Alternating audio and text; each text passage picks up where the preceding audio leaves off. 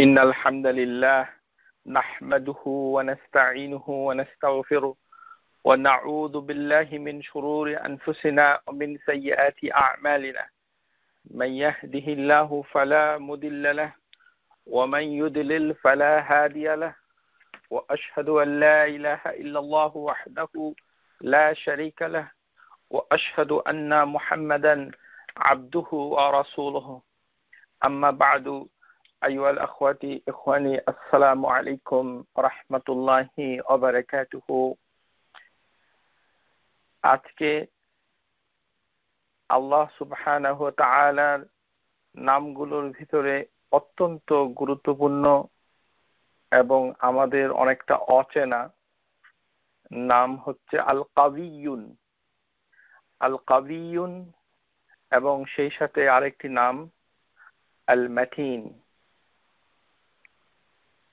আল্লাহ সুবহানাহু ওয়া তাআলার নাম সাধারণত আমরা যে জনগোষ্ঠীতে বড় হয়ে থাকি, যে সমাজে বসবাস করি, সেই সমাজের লোক এই নামটুকুকে কিভাবে ব্যবহার করছে, কিভাবে বুঝছে, তার উপরে নির্ভর করে।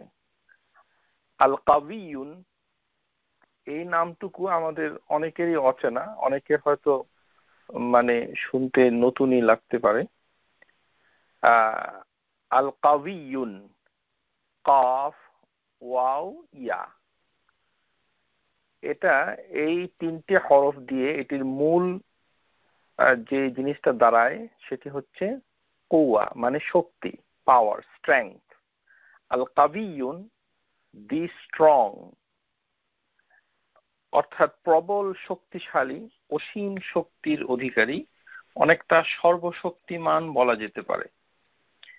আমাদের দেশে সর্বশক্তিমান এই নামটুকু খুব ব্যবহার হয়, কিন্তু এই নামের আরবি অর্থটা কি সেটা আমরা অনেকেই হয়তো খেয়াল করি না, লক্ষ্য করি না। আল কাবিয়ুন এছাড়া আমাদের দেশে বাংলাদেশ, ভারত, পাকিস্তান, এই বেদাতের তিনটি বিখ্যাত দেশের ভিতরে একটা ব্যবহার লক্ষ্য করা যায় যে অনেক মুসাল্লি নামাজের পরে মাথায় হাত দিয়ে ইয়া কাবিয়ু ইয়া কাবিয়ু এগুলো পড়তে থাকে।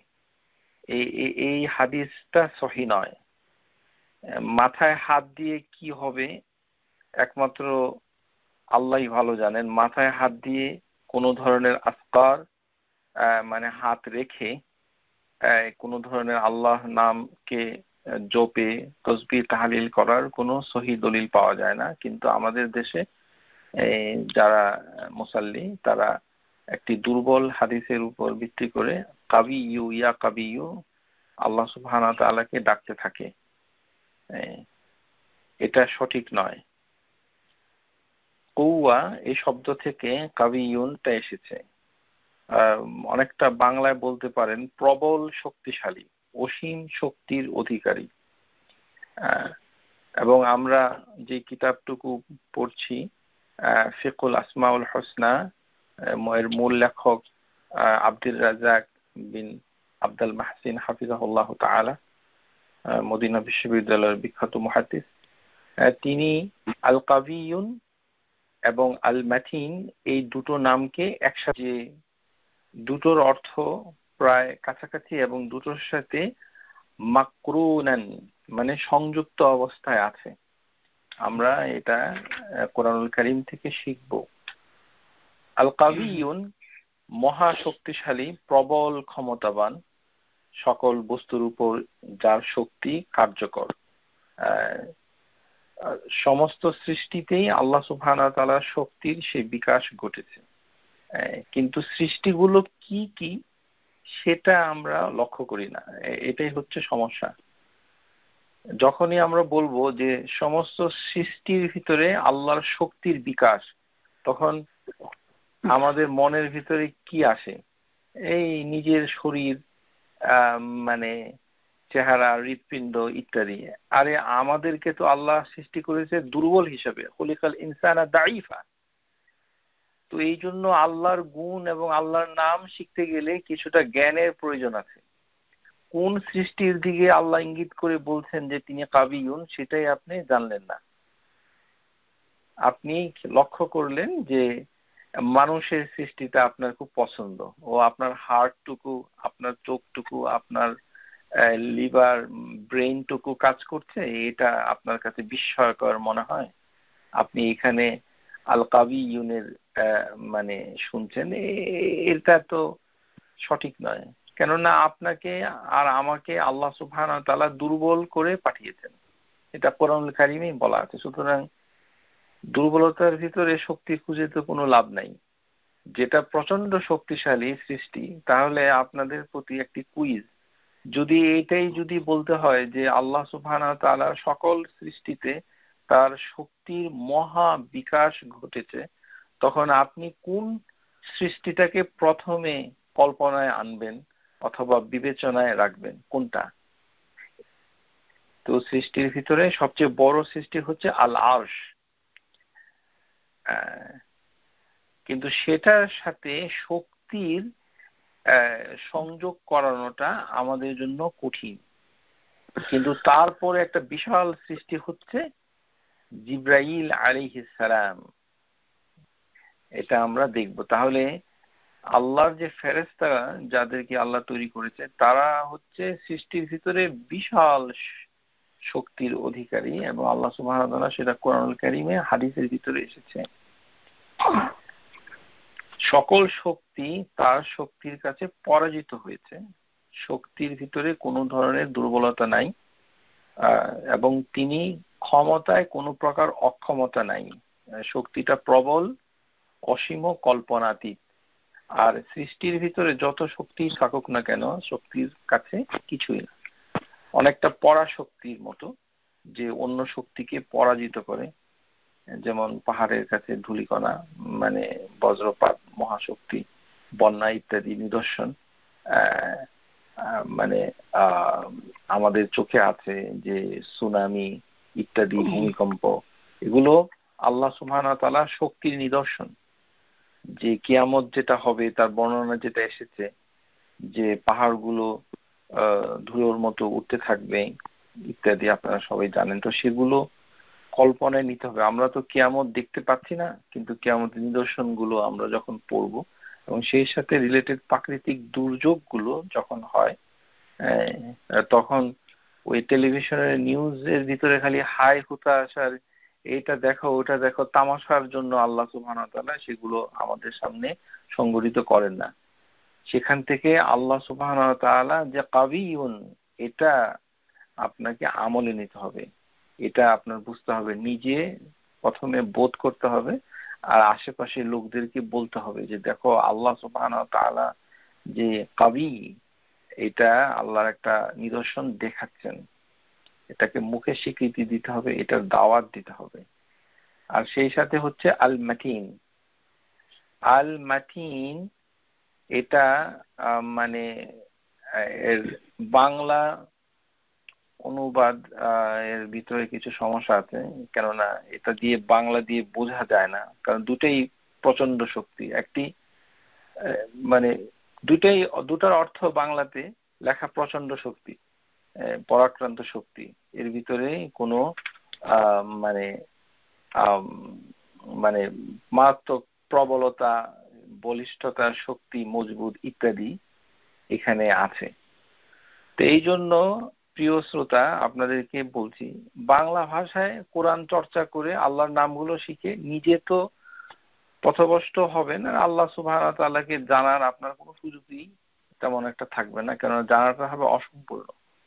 এই কারণে ইংরেজিতে এই নামগুলোর অর্থ যদি আপনারা শিখেন, তাহলে অন্তত কোরআনুল কারীমে যেভাবে আল্লাহ সুবহানাহু ওয়া তাআলা বলেছেন, ঠিক তাকে কাছাকাছি অর্থে এটাকে অনুভব করা যায়। এটা একটা মানে উপায় বটে আমাদের জন্য, যারা আরবি বই থেকে সরাসরি মানে অর্থগুলো শিখতে পারছেন না, তাদের বিকল্প হচ্ছে এটা। আর বাংলায় অনেক শব্দ আছে, সেগুলোর অর্থ অনেকেই জানেন না, দাবি করতে পারেন, কিন্তু আমি মোটামুটি চ্যালেঞ্জ দিয়ে বলতে পারি এইটার অর্থ তেমন, এটা নিজে বলেন শব্দ করে কিন্তু বুঝেন না। আর ওটা ওখানে মিন করে না পরাক্রমশালী, মানে একজনকে আক্রমণ করলে আরেকজনকে পরাজিত করে ইত্যাদি। এই ধরনের শব্দগুলো আমরা যেভাবে পাচ্ছি উত্তরাধিকার সূত্রে, এগুলো হচ্ছে কোরআনের অনুবাদকরা তাদের বিভিন্ন চিন্তা ভাবনার মাধ্যমে বাংলা ডিকশনারি থেকে এক একটা শব্দ তারা পিক করেছে। কিন্তু দেখা যাচ্ছে যে ইংরেজিতে যখন নামগুলো আলোচিত হয়েছে তখন এর সাথে বাংলার কোনো মিল নাই। ইংরেজিটা ইংরেজির মতো রয়েছে, বাংলাটা একেবারেই দূরে। আর এই জন্য বাংলাতে সবকিছুই পরাক্রমশালী, সবকিছুই শক্তিশালী, সবকিছুই প্রবল শক্তিমান, মহান শক্তিমান ইত্যাদি।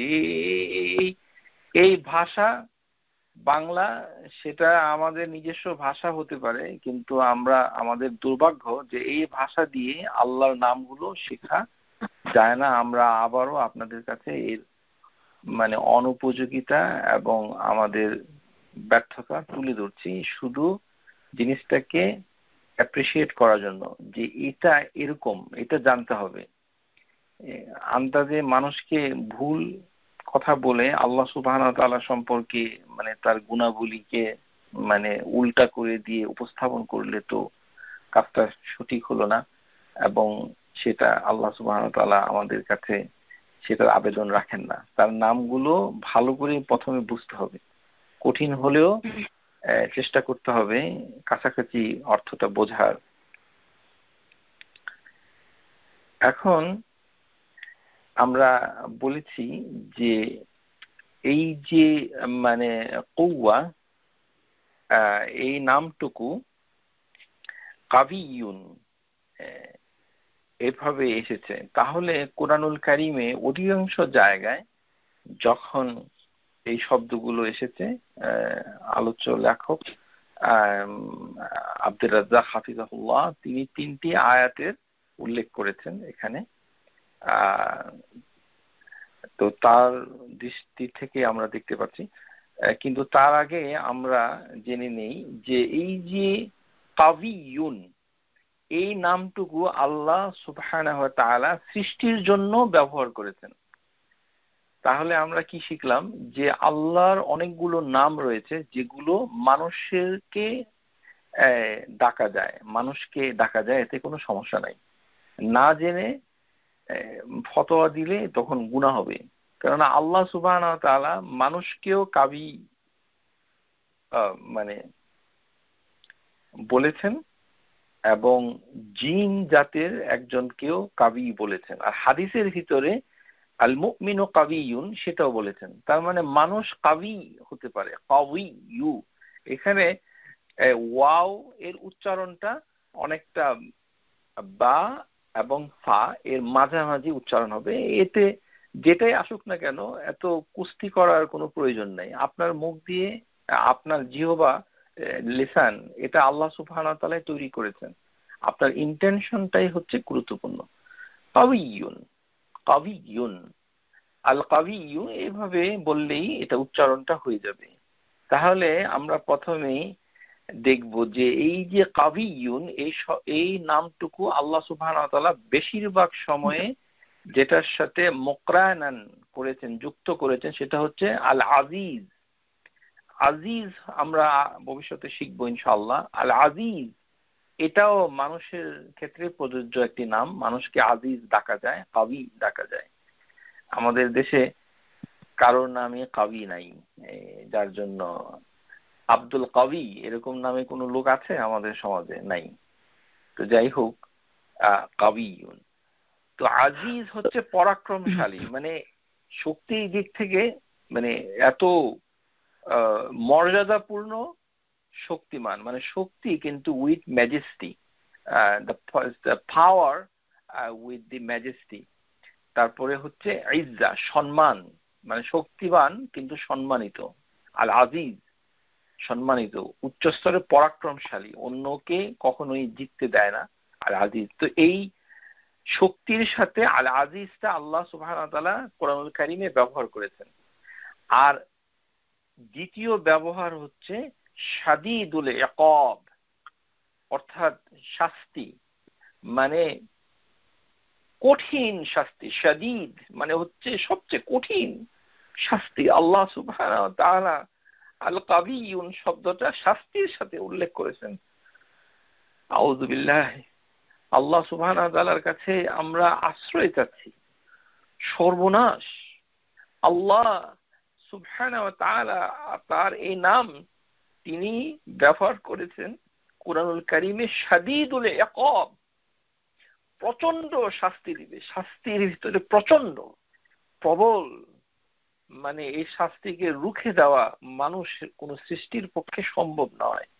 আল্লাহ সুবহানাহু ওয়া তাআলা কুরআনুল কারীমে এই দুইটি শব্দের সাথে, নামের সাথে, তিনি গুণের সাথে এই আল কাবিয়ুন উল্লেখ করেছেন। এটা ছাড়া যে কাবিয়ুন উল্লেখ করেছেন সেটি হচ্ছে মানে সৃষ্টির জন্য দুটো আয়াতে এসেছে। একটি হচ্ছে সূরা নামল, সূরা নামলে এসেছে আয়াত নাম্বার ৩৯, যে ওই যে সাবার রানী বিলকিস যখন হুদহুদ পাখি মানে তার খবর সুলাইমান আলাইহিস সালামকে খবর দিলেন, তারপরের ঘটনাগুলো আল্লাহ সুবহানাহু ওয়া তাআলা বিস্তারিত বলেছেন। তো তখন বিলকিসের সাথে সুলাইমান আলাইহিস সালামের যে ঘটনাবলী তা আমরা বর্ণনা করতে চাচ্ছি না, কিন্তু সেখানে আল্লাহ সুবহানাহু ওয়া তাআলা একটি ইফরিত মানে জিনের কথা, জিন জাতির ভিতরে ইফরিত হচ্ছে মানে খুবই একটি বিশেষ শক্তিশালী জিন। তো সে মানে যখন বলল যে এই সিংহাসনটা আমি এত দ্রুত তুলে নিয়ে যাব যেন আপনি মানে আপনার স্থান থেকে ওঠার আগেই আমি তা এনে দিব। একটা সিংহাসনকে লিফট করে এত দ্রুত চোখের পলকে, মানে একজন তার আসন থেকে উঠতে যতটা না দেরি হবে তারও আগে সে জিনের নাম হচ্ছে আল ইফরিদ। ইফরিদ একটা জিন, সে ইফরিদ তাকে সেই সিংহাসনটা এনে দিবে। এই ইফরিদ তখন তাকে বলেছিল ক্বালা ইফরিতুন মিনাল জিন, জিনের একটা মানে প্রজাতি। জিন জাতি সম্পর্কে আমাদের জ্ঞান খুব কম, কেননা এটা আনসিন জগতের একটা ক্রিয়েশন। এই সম্পর্কে আমরা যা জানি খুবই অল্প। তো জিন জাতির ভিতরে ইফরিত হচ্ছে সবচেয়ে বেশি শক্তিশালী, এবং ইফরিত নিজে বলেছে আনা আতিকা বিহি ক্বাবলা, যে আমি এটা এনে দিব, আন তাকুমা মিন মাকামিক, যে আপনি আপনার স্থান থেকে ওঠার আগে, ওয়া ইন্নী ইলা আলাইহি লাকাবিয়ুন আমিন, লাকাবিয়ুন আমিন, যে আমি বিশ্বস্ত এবং শক্তিশালী। আমি আনা আতিকা বিহি ক্বাবলা আন তাকুমা মিন মাকামিক ওয়া ইন্নী আলাইহি লাকাবিয়ুন আমিন, যে আমি এত শক্তিশালী। লাকাবিয়ুন, এই জিন এত বড় একটা সিংহাসন এটা ক্যারি করে মুহূর্তে আপনার সামনে হাজির করে দিবে, আপনি জায়গা থেকে উঠতে উঠতেই দেখতে পাবেন। তাহলে এখানে আমরা দেখতে পেলাম যে জিন নিজেকে কাবিয়ুন বলছে, তার মানে আল্লাহ সুবহানাহু ওয়া তাআলা এই নামটুকু তার সৃষ্টির সাথে শেয়ার করেছেন। কিন্তু এখানে লক্ষণীয় যে এটা সূরা নামলে যেটা এসেছে সেটা হচ্ছে লাকাবিয়ুন, এখানে আল কথাটা নাই।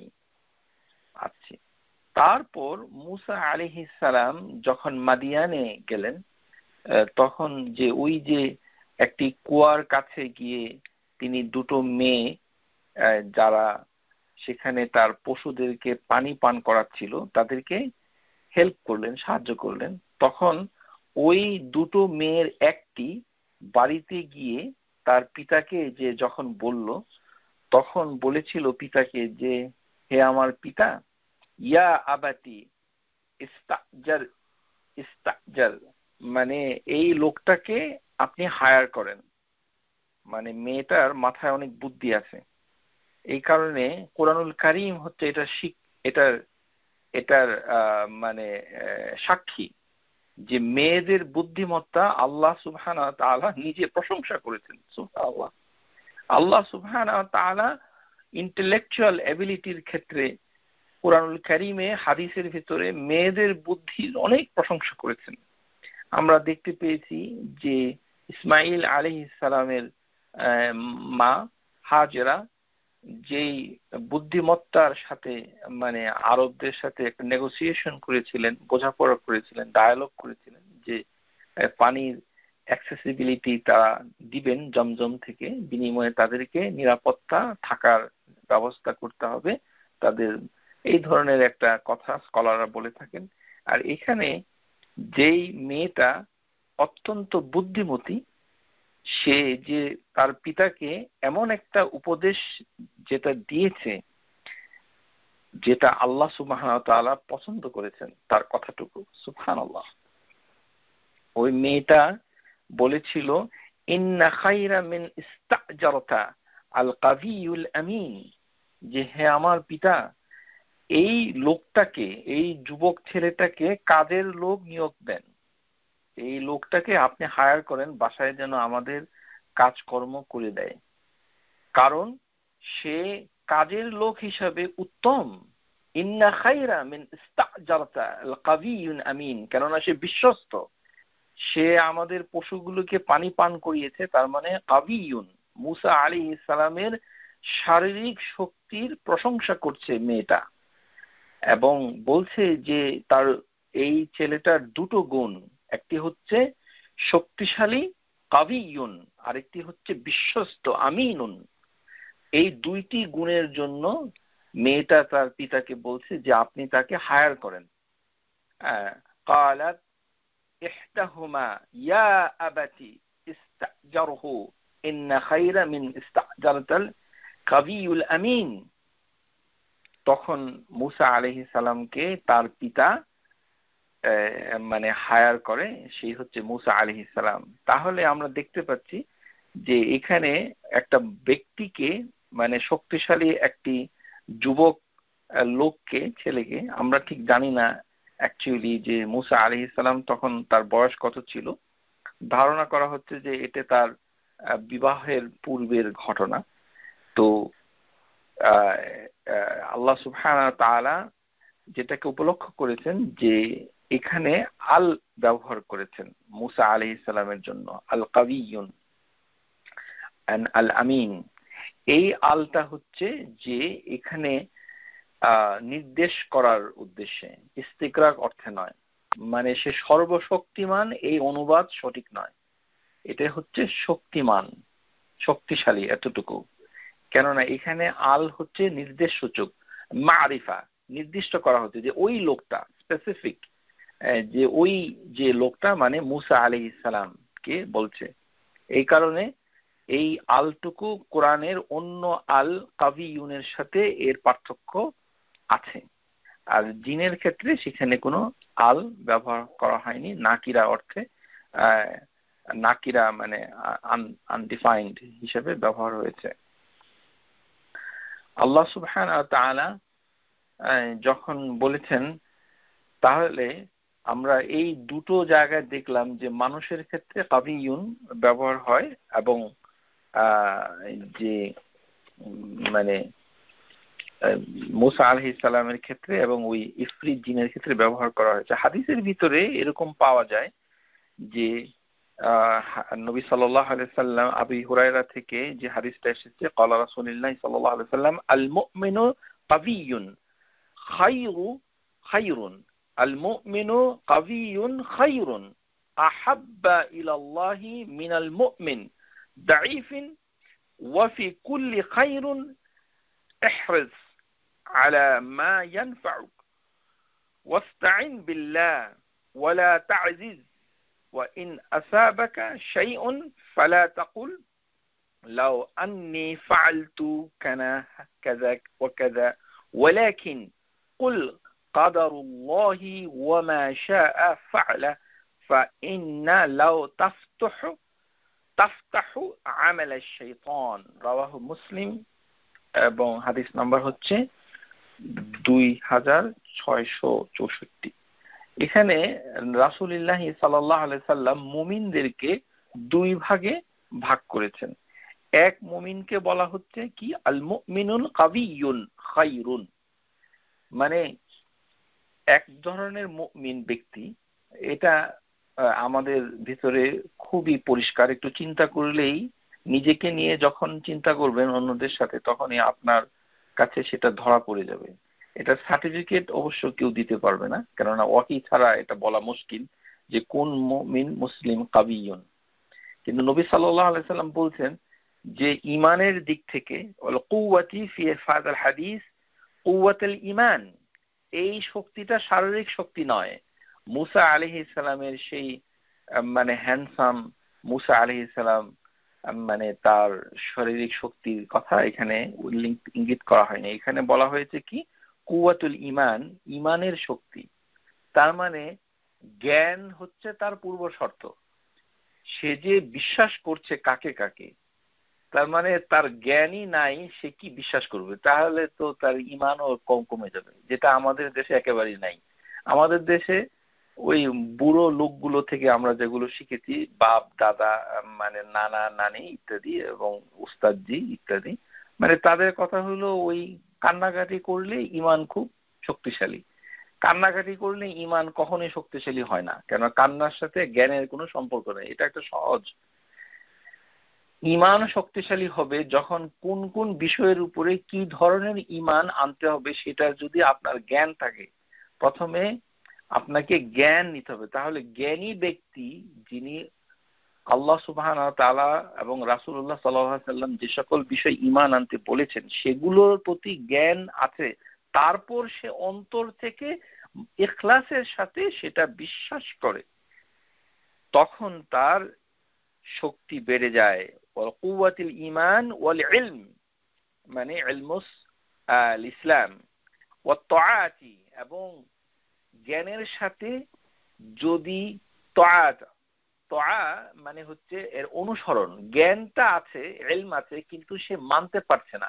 এটা বাস্তবে দেখা যায় যে একজন লোক প্রচুর জ্ঞান রাখে, কিন্তু তার ব্যক্তি জীবনে অথবা সামাজিক জীবনে সেটার উপরে আমল তেমনটা নাই, কম। তার মানে সে মুমিন কাবিয়ুন থেকে দূরে সরে আসছে। কুওয়াতা রাই নাফসি ওয়াল ইরাদা, এবং সে মানসিক ভাবেও প্রচন্ড শক্তিশালী, যেন সবসময় আল্লাহ সুবহানাহু ওয়া তাআলার মানে উপরে নির্ভর করে এবং ইচ্ছার বহিঃপ্রকাশ ঘটায়, এবং শারীরিক ভাবেও সে শক্তি। কুওয়াতা বাদান, যে মানে আমলে সলে করতে পারে, মানে তাহলে এই ধরনের মুমিনকে বলা হয় আল মুমিনুল কাবিয়ুন খায়রুন। আর সেই ধরনের মুমিনকে আল্লাহ খুব পছন্দ করেন। আহাব্বা ইলাল্লাহি মিনাল মুমিনিদ দাঈফ। তাহলে মুমিন দুই প্রকার। এই কারণে আমরা অন্যকে কখনো সমালোচনা কেন যেন মানে না করি, খবরদার কখনো। এটা আমাদের খুব অভ্যাস। যাদের তাওহীদের জ্ঞান আছে কিন্তু ব্যক্তি তুলনায় একে অপরের থেকে আমলের দিক থেকে অথবা মানে কিছু কিছু মানে নলেজের ক্ষেত্রে কিছুটা কম আছে, কিন্তু সে কিন্তু মুমিন, তার মুমিনের খাতার থেকে তার নামটা কাটা যাবে না, মানে সে মুমিন। কেননা মুমিন দুই প্রকার, আল মুমিন কাবিয়ুন, আল মুমিন দাঈফুন। তার মানে দুর্বল মুমিন আর হচ্ছে শক্তিশালী মুমিন। এটা আমাদের জন্য একটা গুড নিউজ, যে আমরা যদি জ্ঞান আমাদের একটু কমও হয়, আমাদের যদি আমলটা, কাজটা, অনুকরণটা যদি একটু কমেও যায়, তারপরেও আমরা মুমিনের খাতায় কিন্তু থাকতে পারছি। কিন্তু আল্লাহর ভালোবাসাটা হয়তো পাবো না, কেননা আল্লাহ সুবহানাহু ওয়া তাআলা বলে দিচ্ছেন, মানে হাদিসের ভিতরে যেটা, আল মুমিনু কাবিয়ুন খায়রুন আহাব্বা ইলাল্লাহ, আল্লাহর প্রতি সবচেয়ে প্রিয় এবং সে ভালো, উত্তম, তার ভিতরে রয়েছে খায়ের। কিন্তু মুমিন দাঈফের মানে সেও মুমিন, কিন্তু তার ভিতরে আল্লাহর ভালোবাসাটা নাই, মানে আল্লাহ তাকে বেশি ভালোবাসে না, এবং তার তুলনায় আর হচ্ছে খায়েরটা কম। ওয়াফি কুল্লি খায়রুন ইহরাস আলা মা ইয়ানফাউ। তো মানে যে শক্তিশালী মুমিন সে সবসময় মানে সে উপকারিতা বয়ে নিয়ে আসে তোমাদের জন্য, এবং সে আল্লাহর কাছে সাহায্য চায়, এবং সে কখনো হতাশ হয় না, ছেড়ে দেয় না।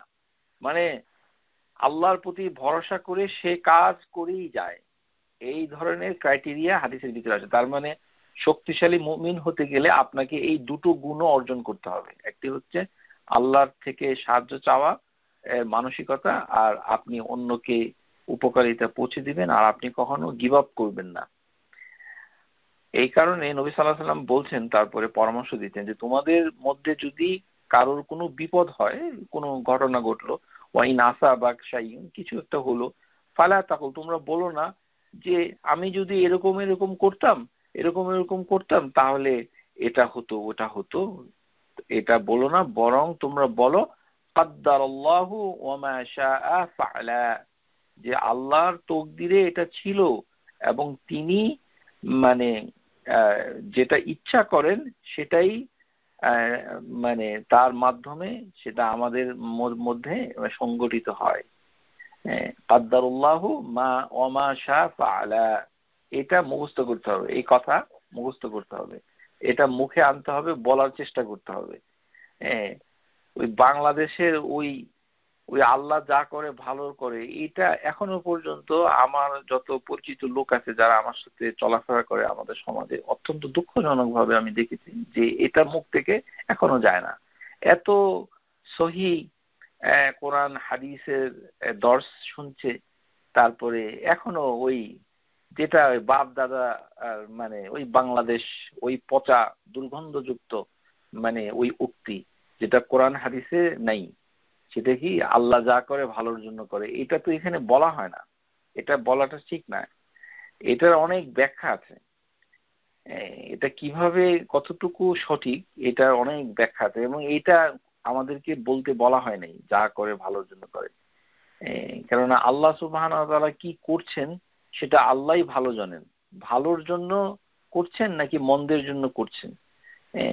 মুশরিক মানে যখন নবী সাল্লাল্লাহু আলাইহি সাল্লামের মানে মুখে পাথর মেরে তার দাঁতটা জখম করে দিল, তো এটা কি আপনি বলবেন যে আল্লাহ যা করেন ভালোর জন্য করেন? মানে নবী সাল্লাল্লাহু আলাইহি সাল্লামের মুখে একজন মুশরিক মানে ওহুদের যুদ্ধে পাথর মেরে দিল, তো পাথর মেরে যাওয়ার পরে উনি অজ্ঞান হয়ে পড়ে গেলেন, নবী সাল্লাল্লাহু আলাইহি ওয়াসাল্লাম অজ্ঞান হয়ে পড়ে গেলেন। তো তারপরে তো কাহিনী আপনারা সবাই জানেন। তো আপনি বাংলাদেশি কায়দায় এখন বলে দেন আল্লাহ যা করে ভালোর জন্য করে, মাশাআল্লাহ। তারপরে তার প্রিয় নাতি হুসাইন আল হুসাইন রাদিয়াল্লাহু আনহুমা, তার একটা অকাল মৃত্যু, যেটা মানে অ্যাক্সিডেন্টালি খুব পেইনফুল, তো আপনি বলে দিতেন যা করে ভালোর জন্য করে। তো এরকম এগুলো আপনাকে বলতে বলা হয় নাই।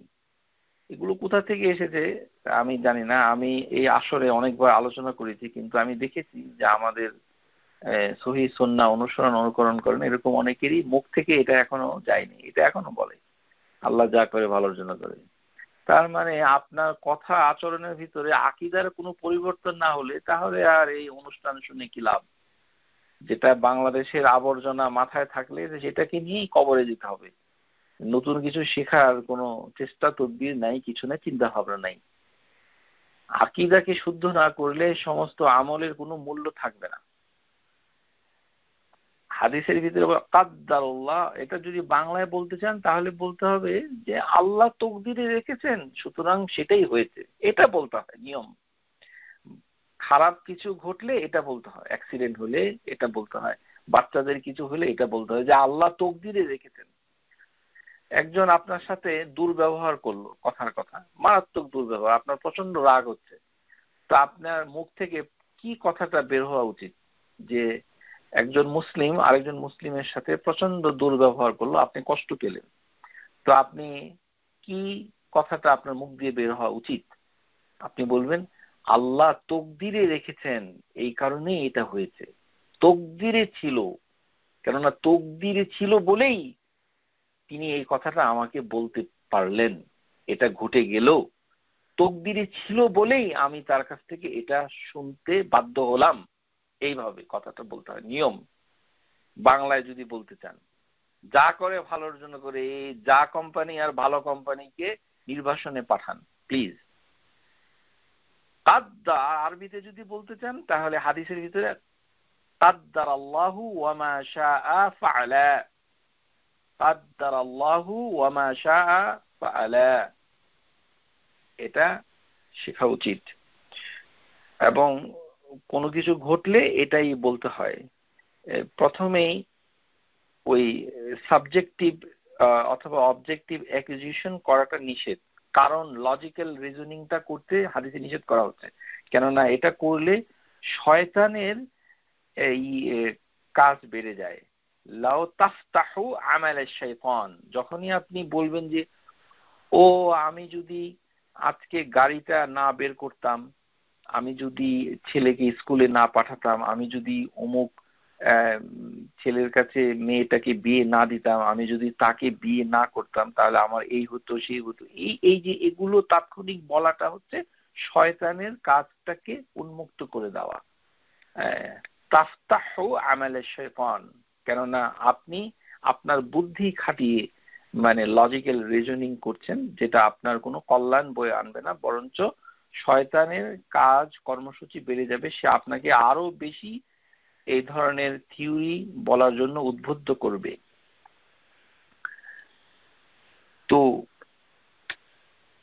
আল্লাহ সুবহানাহু ওয়া তাআলা মানে কাবিয়ুন এটা বলেছেন যে কোরআনুল কারীমের ভিতরে এসেছে সূরা শুরা, আল্লাহু লাতীফুন বিইবাদিহি ইয়ারযুকু মান ইয়াশাউ ওয়া হুয়াল কাবিয়ুল আজিজ, যে আল্লাহ হচ্ছেন তার বান্দাদের প্রতি লাতিফ। মানে লাতিফ আমরা দেখেছি আগে ক্লাসে, লাতিফ আল লাতিফ এই ক্লাসের ব্যাখ্যা, এবং এটা আপনারা শুনবেন রেকর্ডিং, আমাদের অনুষ্ঠান পরিচালিকার কাছ থেকে কোড নিয়ে ওটা শিখবেন, এখানে আলোচনা হবে না।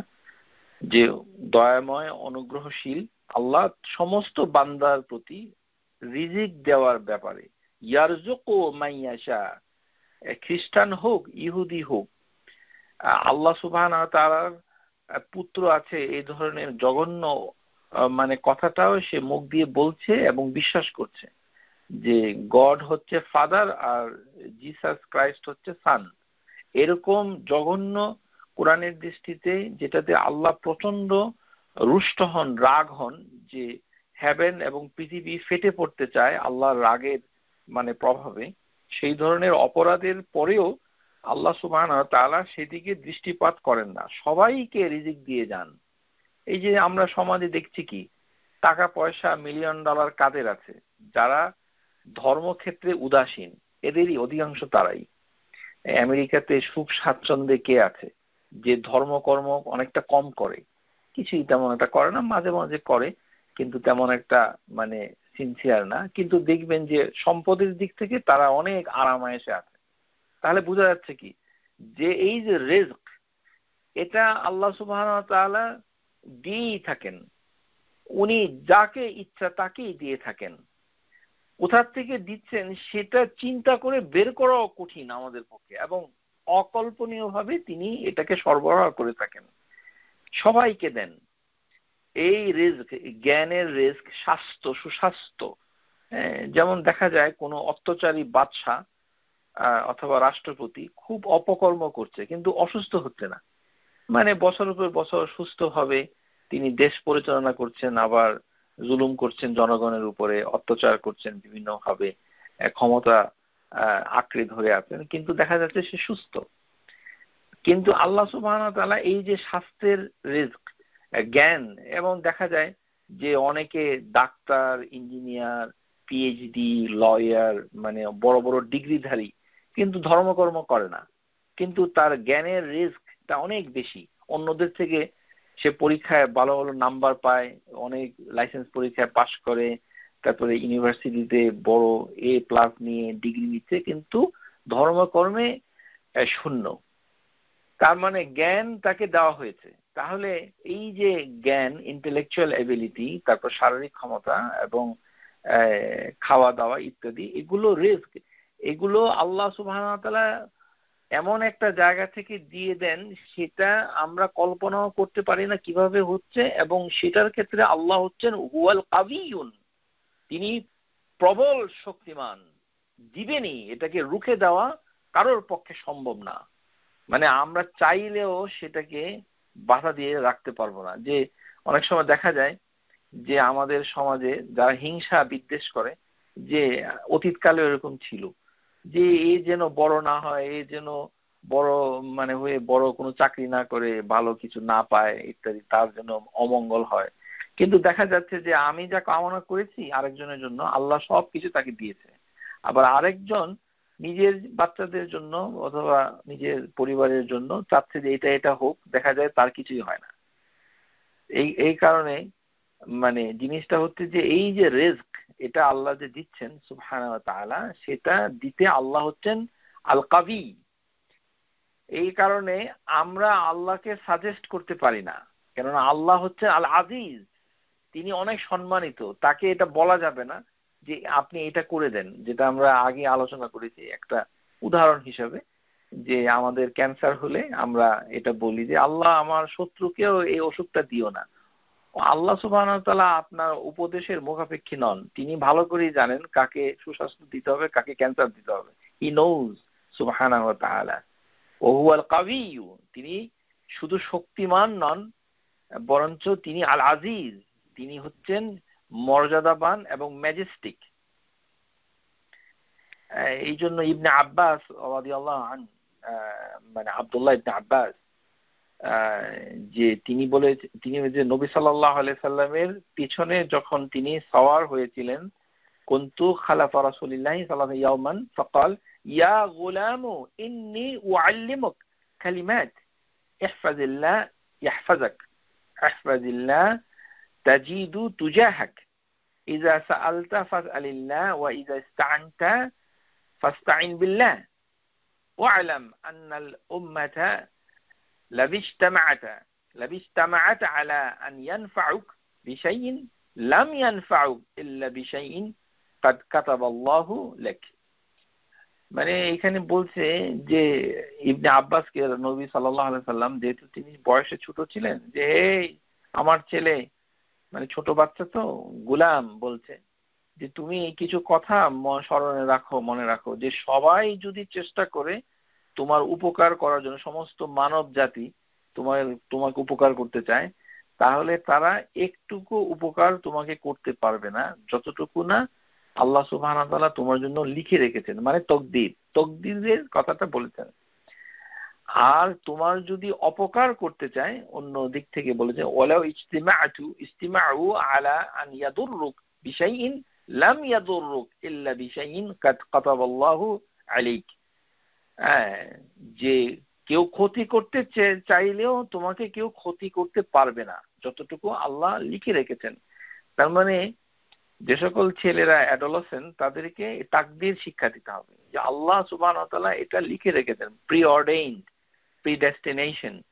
কেননা রুফিয়াতিল আকলাম ওয়া জাফফাতিস সুহুফ, কলমটা তুলে নেওয়া হয়েছে এবং রেকর্ড যেটা রাখা হয়েছিল সেটা শুকিয়ে গিয়েছে, অর্থাৎ এটা ফিক্সড করে দেওয়া হয়েছে।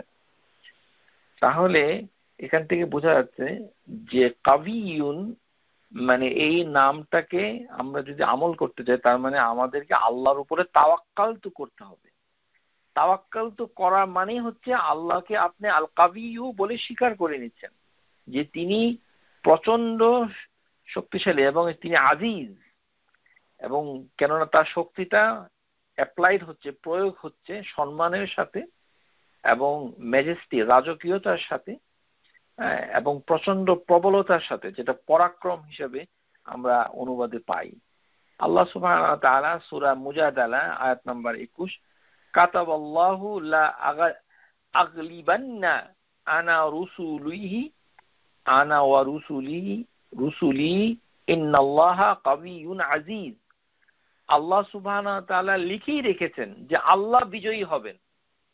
লা আগলিবান্না আনা, আল্লাহ সুবহানাহু ওয়া তাআলা এখানে দুটো তাওকীদ ব্যবহার করেছেন, লক্ষ্য করুন। একটি হচ্ছে আগলিবান্না, এখানে নুনের উপরে তাসদীদ, মানে এটা মানে শিওর, নিশ্চিত করে বলছেন। তার উপরে এডিশনাল আরেকটি তাওকীদ তিনি দিয়েছেন, লামুল তাওকীদ, লা আগলিবান্না, দুটো নিশ্চয়তা দিয়েছেন এই শব্দটার ভিতরে, যে জয়ী আমি হবই, মানে আল্লাহ সুবহানাহু ওয়া তাআলা জয়ী হবেন এটাও আল্লাহ লিখে রেখেছেন। তার মানে আল্লাহর জয় সব সময়, আল্লাহ সুবহানাহু ওয়া তাআলাকে কেউ পরাজিত করতে পারবে না। ও রুসুলি, এবং তার সমস্ত রাসূলের ও জয়, এটা নিশ্চিত, এটা লিখে রেখেছেন।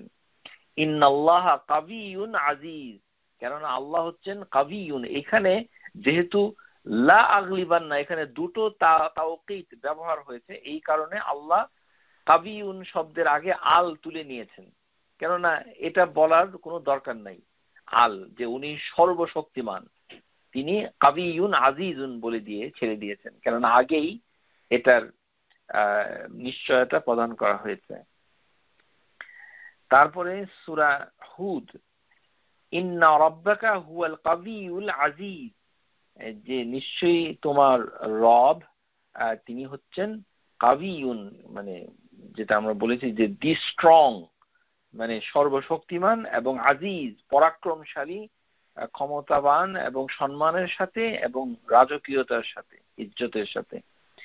এখন আসুন যে মানে এখানে আমরা এখন যেই শব্দের দিকে যাব সেটা হলো আল মাতিন। ইসমুল্লাহিল মাতিন লাম ইয়ারিদ ইল্লা ফি মাওদি'i ওয়াহিদ মুকরানান بوصف الله بأنه ذو القوة قال الله تعالى إن الله هو الرزاق ذو القوة المتين। তাহলে আল্লাহ সুবহানাহু ওয়া তাআলা আল মাতিন নামটুকু কোরআনুল কারিমে একবার ব্যবহার করেছেন, মাত্র একবার। এই নামটুকু একবার এসেছে, আল মাতিন। তো আল মাতিন এটা একটু কঠিন বুঝতে হবে। এটা শেখার একটা কায়দা হচ্ছে যে এই আয়াতের ভিতরে এটার ব্যাখ্যা আছে, মানে আল মাতিনের ব্যাখ্যা হচ্ছে যুল কুওয়া। এই কারণে কোরআনুল কারিমে যখন আপনারা দর্স নিবেন, মানে কারো কাছ থেকে, তখন কিছু কায়দা শিখতে হবে, যে কোনো নাম হচ্ছে এর আগের নামটা এই পরের নামটাকে ব্যাখ্যা করছে। এখানে আল মাতিনের ব্যাখ্যাটাই হচ্ছে যুল কুওয়া। মাতিনকে ওয়াসাফ আল্লাহ, আল্লাহ নিজেই ব্যাখ্যা করে দিচ্ছেন যে আল মাতিনটা কি। আল মাতিন হচ্ছে দি ওনার, পসেসর অফ দি স্ট্রেংথ, যে শক্তির আধার, সমস্ত শক্তি মালিক যিনি, যুল কুওয়া। ওই যুল কুওয়াটাকে বলা হচ্ছে আল মাতিন। এটাই হচ্ছে এটা, কেননা এটা হচ্ছে মুকরানান, ওয়াহিদান মুকরানান, এটা সংযুক্ত। কুরআনুল কারীমে আর দুইটি জায়গায়, সূরা আল আরাফ আয়াত নম্বর 183 আর সূরা আল কালাম, ওখানে মাতিন শব্দটা এসেছে কিন্তু আল নাই। ওয়া উমলিয়া লাহুম ইন্না কাইদা মাতিন, যে এখানে যেটা এসেছে যে এই যে মাতিন, এটা হচ্ছে যে যে আমি অবকাশ দেই, আমি অবকাশ দেই, মানে আল্লাহ সুবহানাহু ওয়া তাআলা মানে অবকাশ দিচ্ছেন কাফেরদেরকে, তাকে অবিশ্বাস করে যারা। ইন্না কাইদা মাতিন, তাদের কৌশল মানে হচ্ছে দেই, এবং আল্লাহ সুবহানাহু ওয়া তাআলার কৌশল হচ্ছে অত্যন্ত বলিষ্ঠ। মাতিন, ইন্না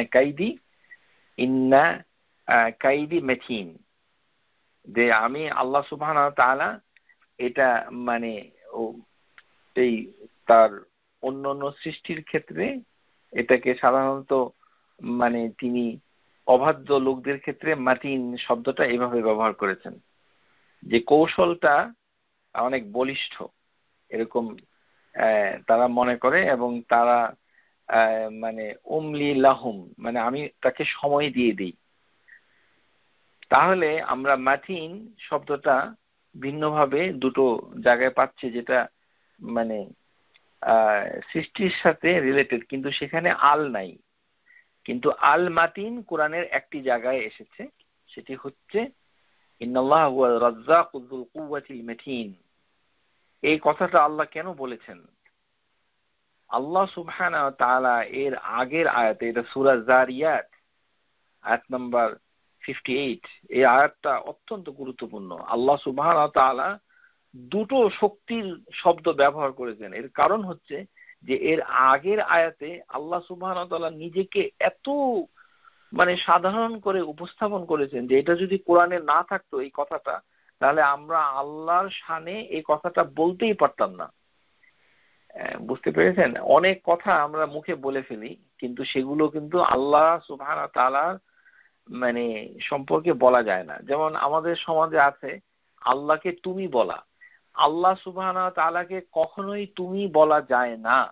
ভালো করে শুনে রাখুন, কেননা তুমি বললে আল্লাহর আজিজ থাকে না। আল্লাহ হচ্ছেন আল আজিজ, তিনি হচ্ছেন অত্যন্ত সম্মানিত। সুতরাং তুমি কোনোদিন আল্লাহকে বলা যায় না। যেমন আমাদের তুমি শব্দটা রাজা বাদশাহ থেকে যদি আপনি প্রয়োগ দেখেন, তাহলে বাদশার যে রানী, সেও অফিসিয়ালি বাদশাকে তুমি বলে না, আপনি বলে, কেননা বাদশার মর্যাদার সাথে সামঞ্জস্যপূর্ণ। তুমি বাংলা শব্দ, সেটা ওই যে আল্লাহকে ভালোবেসে না, ভালোবাসলেও আপনি আজিজকে অতিক্রম করতে পারেন না। কেননা আল্লাহ সুবহানাহু ওয়া তাআলার প্রতি একটি শব্দ প্রয়োগ করতে গেলে আপনি আল্লাহর অন্য নামের সাথে সাংঘর্ষিক, যেটা অন্য নামকে ছোট করে দেয়, সেই ধরনের শব্দ প্রয়োগ করা আপনার জন্য বৈধ নয়, জায়েজ নয়। আপনাকে আল্লাহকে সবসময় আল্লাহ আপনি শব্দ ব্যবহার করতেই হবে, এটা ওয়াজিব, করতেই হবে। এবং যদি কেউ বলে, সে দলিল পেশ করতে পারবে না। ভাষাগতভাবে আজিজ আমরা যখন শিখবো তখন এটা আলোচনা হবে। আর আজিজ বিভিন্ন ভাবে দেখা যায় আল্লাহর যে মর্যাদা, তার যে ম্যাজেস্টি। যেমন নবী সাল্লাল্লাহু আলাইহি সাল্লাম যখন সাহাবীদেরকে বললেন যে তোমরা আমলের মাধ্যমে কেউ পার পেয়ে জান্নাতে যেতে পারবে না, নবী সাল্লাল্লাহু আলাইহি সাল্লাম এই কথাটা বলার সাথে সাথে সাহাবীরা কেউ জিজ্ঞাসা করেছিল, ইয়া রাসূলুল্লাহ, আপনার অবস্থা কি, আপনিও কি যেতে পারবেন না? তো তখন তিনি কি বলেছিলেন নাকি যে হ্যাঁ আমি নিশ্চয়ই জান্নাতে চলে যাবো? এই কথাটা তিনি বলেন নাই। এর কারণ হচ্ছে আল্লাহ সুবহানাহু ওয়া তাআলার সম্মান, তার ইজ্জাহ, ওয়ালিল ইজ্জাতি জামিআন, আল্লাহর সমস্ত সম্মান আল্লাহর কাছে। সেই আল্লাহর সম্মানের ক্ষেত্রে এই কথাটা বলাটা ইনঅ্যাপ্রোপ্রিয়েট। তখন আল্লাহর রহমত দিয়ে এটা বলতে হয় যে আল্লাহর রহমতে আমি ঢাকা থাকবো, আল্লাহর রহমতের মাধ্যমে আমি জান্নাতে যাব। এটা নবী সাল্লাল্লাহু আলাইহি সাল্লাম এই যে শিষ্টাচার, সেটা শিক্ষা দিয়েছেন রাসূলুল্লাহ সাল্লাল্লাহু আলাইহি সাল্লাম। কিন্তু রাসূলুল্লাহ সাল্লাল্লাহু আলাইহি সাল্লাম জান্নাতে যাবেন সেটা তো অনেক হাদিস, জিবরাইল আলাইহিস সালাম অনেকবার বলেছেন। শুধু তিনিই জান্নাতে যাবেন না, বরঞ্চ উনার স্ত্রীরা যে জান্নাতে যাবে সেটাও দুনিয়াতে বলে দেওয়া হয়েছে। আর জান্নাত তো জান্নাতে তার পরিবারের লোকরা থাকবে, তার কথাটা বলাটা হচ্ছে বাতুলতা, পাগলামি। এটা তো ইসলামের একটি বিষয় যে জান্নাত যেটা তৈরি করা হয়েছে সেখানে কারা থাকবে, রসুল, আম্বিয়া, মুরসালিন, সেটা তো কোরআনুল কারীমে বারবার বলে দেওয়া আছে। তারপরেও নবী সাল্লাল্লাহু আলাইহি সাল্লাম বলেছেন যে আল্লাহর রহমতে আমি ঢেকে থাকবো, হাদিসে যেভাবে এসেছে সেভাবে জান্নাতে যাব। তার উনি কেন এটা বললেন? কেননা তিনি হচ্ছেন আল আজিজ, তিনি হচ্ছেন ম্যাজেস্টি, জুল আজিজ, সাধারণ সত্তা নন আল্লাহ সুবহানাহু ওয়া তাআলা। এবং তার সম্মানের দিকে তাকিয়ে এইভাবে কথা বলতে হয়, এটি নিয়ম। এই জন্যই তুমি বলা যায় না আল্লাহ সুবহানাহু ওয়া তাআলাকে। তো সুতরাং আল্লাহ সুবহানাহু ওয়া তাআলা সম্পর্কে এরকম অনেক কথা আমরা বলে ফেলি, এগুলি বলা উচিত না। যেমন আমরা অনেকে বলে ফেলি কিয়ামতের দিন আমি আল্লাহকে বলবো আমাকে এই করছে সেই করছে। খবরদার, এগুলো কখনোই আপনার মুখ দিয়ে আনতে পারবে না, কেননা এগুলো ইসলাম বিরোধী, আকীদা বিরোধী। আল্লাহ সুবহানাহু ওয়া তাআলার সাথে কে কথা বলবে না বলবে সেটা তো আল্লাহর অনুমতি ছাড়া দুনিয়াতেও কেউ বলতে পারে না। যে ইল্লা মান, এটা সূরা নাবার ভিতরে আপনারা দেখবেন যে আল্লাহ বলেন ইল্লা বিইজনিল্লাহ, আল্লাহর অনুমতি ছাড়া যে কেউ কালাম করতে পারবে, কেউ কথা বলতে পারবে না। তো সেই ক্ষেত্রে এগুলো হলো দৃষ্টতা, আকীদা বিরোধী। আল্লাহ সম্পর্কে তার জ্ঞানের অভাবের কারণে এটা বলছে। কিন্তু আল্লাহ সুবহানাহু ওয়া তাআলা নিজেকে অত্যন্ত মানে অদ্ভুত ভাবে উপস্থাপন করেছেন। এই আয়াতের উপরের আয়াতটা, আগের আয়াতটা এরকম, আল্লাহ সুবহানাহু ওয়া তাআলা কাফির মুশরিকদেরকে বলেছেন, মা উরিদু মিনহুম মিন রিজকিন ওয়া মা উরিদু আন ইউতইমুন, যে হে মানে অবিশ্বাসীরা, আমি তোমাদের কাছে রিজিক চাই না যে তোমরা আমাকে খাবার দাও। সুবহানাল্লাহ, এই কথাটা আল্লাহ বলেছেন বলে আমরা বলতে পারছি, আদারওয়াইজ এই কথাটা আল্লাহ সুবহানাহু ওয়া তাআলার ইজ্জতের ক্ষেত্রে, শানের ক্ষেত্রে বেমানান হয়ে যেত যদি না আল্লাহ আমাদেরকে এটা না বলতেন। সূরা যারিয়াত এত তুচ্ছ করে, এত স্বাভাবিক করে, এই কথা তো বর্তমান সভ্যতায় কোনো রাজা বাদশাহও এটা বলে না। আমরা যেরকম বাসায় অনেক সময় আগেকার দিনের বাবা মারা রাগ করে বাচ্চাদেরকে বলতো যে তোদেরকে মানুষ করতেছি, তোরা আমাকে বড় হলে খাওয়াবি দাওয়াবি, এই আশায় আমি তোদেরকে মানুষ করি না, রাগ করে বলে না, তখন বাচ্চারা মানে অসন্তুষ্ট হয়, মা বাবা রাগ করেছে। এই কথাটা হচ্ছে কি সুন্দর না, এটা মা বাবার জন্যই হচ্ছে অসম্মানজনক। এই কথা মা বাবা বলাটাও খারাপ, যে যে সন্তান শুনে সেটাও খারাপ, যে তোদের কাছে আমি কোনো খাবার চাই না, তোরা কি আমাকে খাওয়াস, তোরা কি আমাকে মানে মানে সবকিছু দেশ, তোদের এগুলো চাই না, আমি এমনি তোদেরকে মানুষ করছি। আপনারা সবাই জানেন সেরকম একটা বাক্য আল্লাহ সুবহানাহু ওয়া তাআলা আল আজিজ, তিনি নিজের সম্পর্কে আল্লাহ নিজেই বলেছেন, মা উরিদু মিনহুম মিন রিজকিন, যে আমি তোমাদের কাছ থেকে, তাহাদের কাছ থেকে কোনো রিজিক চাই না। এটা বলেও উনি চুপ থাকেন না, আল্লাহ সুবহানাহু ওয়া তাআলা বলেছেন, ওয়ামা উরিদু আন ইউতইমুন, তোমরা আমাকে খাওয়াও, এটাও আমি চাই না। আল্লাহ সুবহানাহু ওয়া তাআলা নাকি খাবারও চায় না আর রিজিকও চায় না। তার মানে আল্লাহ সুবহানাহু ওয়া তাআলা তার নিজেকে এত বিনয়, আল্লাহ সুবহানাহু ওয়া তাআলা হচ্ছে আল হালিম, তিনি হচ্ছেন অত্যন্ত ধৈর্যশীল। যে শয়তানের সাথে তিনি ডায়ালগ করেছেন, ফেরাউন এর সাথে উদ্দেশ্যে তিনি অনেক কথা বলেছেন, মানে কোরআনুল কারীমে এসেছে, যে তাকে উদ্দেশ্য করে আয়াত এসেছে ইত্যাদি। মানে আল্লাহ সুবহানাহু ওয়া তাআলা মানে তার বান্দাকে সুযোগ দিচ্ছেন অবাধ্যতা নিয়ে, এবং দৃষ্টান্ত তুলে ধরছেন যে তুমি কি মনে করো আমাকে তুমি খাওয়াও, তুমি রিজিক দাও। যেহেতু তিনি নিজেকে অত্যন্ত নগণ্য করে ফেলছেন এই আয়াতে কারিমায়, এই পরের আয়াতেই তিনি তার আসল পরিচয়টা দিয়ে দিচ্ছেন। এই কারণে এই কথাটা এসেছে, ইন্নাল্লাহা হুয়া রাজ্জাকু যুল কুওয়াতিল মাতিন, যে আল মাতিন মানাহু, এটার অর্থ হচ্ছে শাদীদুল কুওয়া, এটা হচ্ছে প্রচন্ড শক্তিশালী। মানাহু আল কুওয়া আল্লাযী লা ইয়াজিজু শাই, যে কেউ মানে তাকে অসমর্থ করতে পারে না। ওয়ালা ইয়াগলিবুহুল গালিব, কেউ তাকে পরাজিত করতে পারে না। সে সবসময় প্রিভেইলিং, সে বহমান, সে প্রাধান্য বিস্তার করে থাকে। ওয়ালা ইয়ারুদ্দু কাদাউ ওয়ারাদ্দা, সে ছাড়া কেউই ওই যেটা ঘটবে তকদিরে সেটা মানে হটিয়ে দিতে পারে না। ওয়ায়ানফিযু আমরুহু ইয়ামদি কাদাউ খালকাহু, সেই সমস্ত কাজগুলো এক্সিকিউট করে, কর্মে পরিণত করে, এবং তার সৃষ্টির উপরে ওয়া ইজ্জা মাইয়াশা, তিনি ইচ্ছা করলে যে কাউকে ইজ্জত দান করে, ওয়া ইযিল্লু মাইয়াশা, তিনি ইচ্ছা করলে মানুষকে লাঞ্ছিত করতে পারে, ওয়া ইয়ানসুরু মাইয়াশা, ইচ্ছা করলে কাউকে সাহায্য করতে পারে, ওয়া ইয়াখযুলু মাইয়াশা, তিনি ইচ্ছা করলে কাউকে অপমানিত করতে পারে। ওয়াল কুওয়াতাল জামিআ ওয়া কুওয়াতা লিল্লাহ জামিআ, আল্লাহর সমস্ত শক্তি আল্লাহর কাছে পুঞ্জীভূত হয়েছে।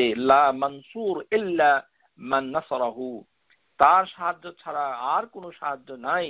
ওয়ালা আজিজু ইল্লা মান আজ্জাহু, এবং তার আভিজাত্য, তার ম্যাজেস্টির সাথে আর কোনো ইজ্জত নাই। ওয়াকাযালিকাল মাখযুলুল মিন খাযালাহুল্লাহ, আল্লাহ সুবহানাহু ওয়া তাআলা যদি অপমান করতে চান, লাঞ্ছিত করতেন, তিনি ছাড়া কেউ মানে লোককে কাউকে অপমান করতে পারে না। এই যে সমস্ত বৈশিষ্ট্য, এটাই হচ্ছে আল মাতিন, যে এত প্রবল। ইংরেজি ভাষায় আল মাতিনের অর্থ যেটা solve, durable, robust, tough, consistent. এইভাবে যে আল্লাহ সুবহানাহু ওয়া তাআলা মানে এর ভিতরে দুটো অর্থ কোরআনুল কারীমের সাথে সংশ্লিষ্ট, যে এটা হচ্ছে প্রবল শক্তিশালী, শাদীদুল কুওয়া হচ্ছে আল মাতিনের অর্থ, কিন্তু এমনি মাতিন মানে হচ্ছে ডিউরেবল, রোবাস্ট, অনেক বড়, টাফ, হেভি ডিউটি। কোন জিনিসকে আরবি ভাষায় মাতিন বলা হয়, মাতিন, মাতিন ফার্ম, শক্ত। তাহলে চারটি অর্থ হচ্ছে এটার শাব্দিক অর্থ, গ্রামার থেকে এসেছে, ডিউরেবল, রোবাস্ট, টাফ, কনসিস্টেন্ট। এখন আপনি বাংলা অনুবাদের সাথে মিলিয়ে দেখেন কোনটার সাথে মিল আছে কিনা, কি কোনোই মিল নাই। তারপরে এটাকে আর মানে ইংরেজি ট্রান্সলেশন যারা করেছে তারা ফার্ম বলেছে, ফার্ম, এটি যে তার শক্তিটা হচ্ছে বলিষ্ঠ, অত্যন্ত বলিষ্ঠ। ইন্না কাইদি ম্যাথিন হচ্ছে কৌশল, অত্যন্ত বলিষ্ঠ কৌশল। যে আল্লাহ সুবহানাহু ওয়া তাআলার কৌশলটা কি, ইন্না কাইদি ম্যাথিন, যে তিনি যে ছাড় দিয়েছেন, এই ছাড় দেওয়াটা তার একটা কৌশল, কিন্তু এটার থেকে তিনি মানে নড়ে যাবেন না, তিনি স্টেবল। তিনি মানে কাফের মুশরিকদেরকে সম্পদ দিয়েছেন, কাজ করছেন, যা খুশি তারা তা করছে, আল্লাহ তাদেরকে পানিশমেন্ট দিচ্ছেন না দুনিয়াতে, কিন্তু তিনি সেটাকে ধরে রেখেছেন। তাহলে মাতিনের একটি অর্থ আমরা পেলাম কি, শাদীদুল কুওয়া। শাদীদুল কুওয়া আল্লাহ সুবহানাহু ওয়া তাআলা আর কাকে বলেছেন? জিবরাইল আলাইহিস সালামকে বলেছেন, আল্লামাহু শাদীদুল কুওয়া। সূরা নাজম আয়াত নাম্বার 6 যে আয়াতে এসেছে, আল্লামাহু শাদীদুল কুওয়া হুয়া জিবরাইল আলাইহিস সালাম। জিবরাইল আলাইহিস সালামকে আল্লাহ সুবহানাহু ওয়া তাআলা শাদীদুল কুওয়া, মানে জিবরাইল হচ্ছে সৃষ্টির ভিতরে অত্যন্ত শক্তিশালী। তাহলে শক্তির দিক থেকে সৃষ্টির ভিতরে সবচেয়ে বেশি শক্তিশালী হচ্ছে জিবরাইল আলাইহিস সালাম, যিনি মুহাম্মদ সাল্লাল্লাহু আলাইহি সাল্লামকে শিক্ষা দিয়েছেন। আল্লামা মুহাম্মাদান সাল্লাল্লাহু আলাইহি সাল্লাম ওয়াহি শিখে। ও তাহলে আল্লাহ সুবহানাহু ওয়া তাআলা জিবরাইল আলাইহিস সালামকে পাঠিয়েছেন এবং তিনি সরাসরি নবী সাল্লাল্লাহু আলাইহি সাল্লামের সাথে কথা বলেছেন, তাকে শিক্ষা দিয়েছেন। এই জিবরাইলকে আল্লাহ বলেছেন নাজালা বিহি রূহুল আমিন। তাহলে জিবরাইল আলাইহিস সালাম হচ্ছে সমস্ত ফেরেশতাদের ভিতরেও আযীম, ওয়া আযমা আলাল ইতলাক জিবরাইল আলাইহিস সালাম।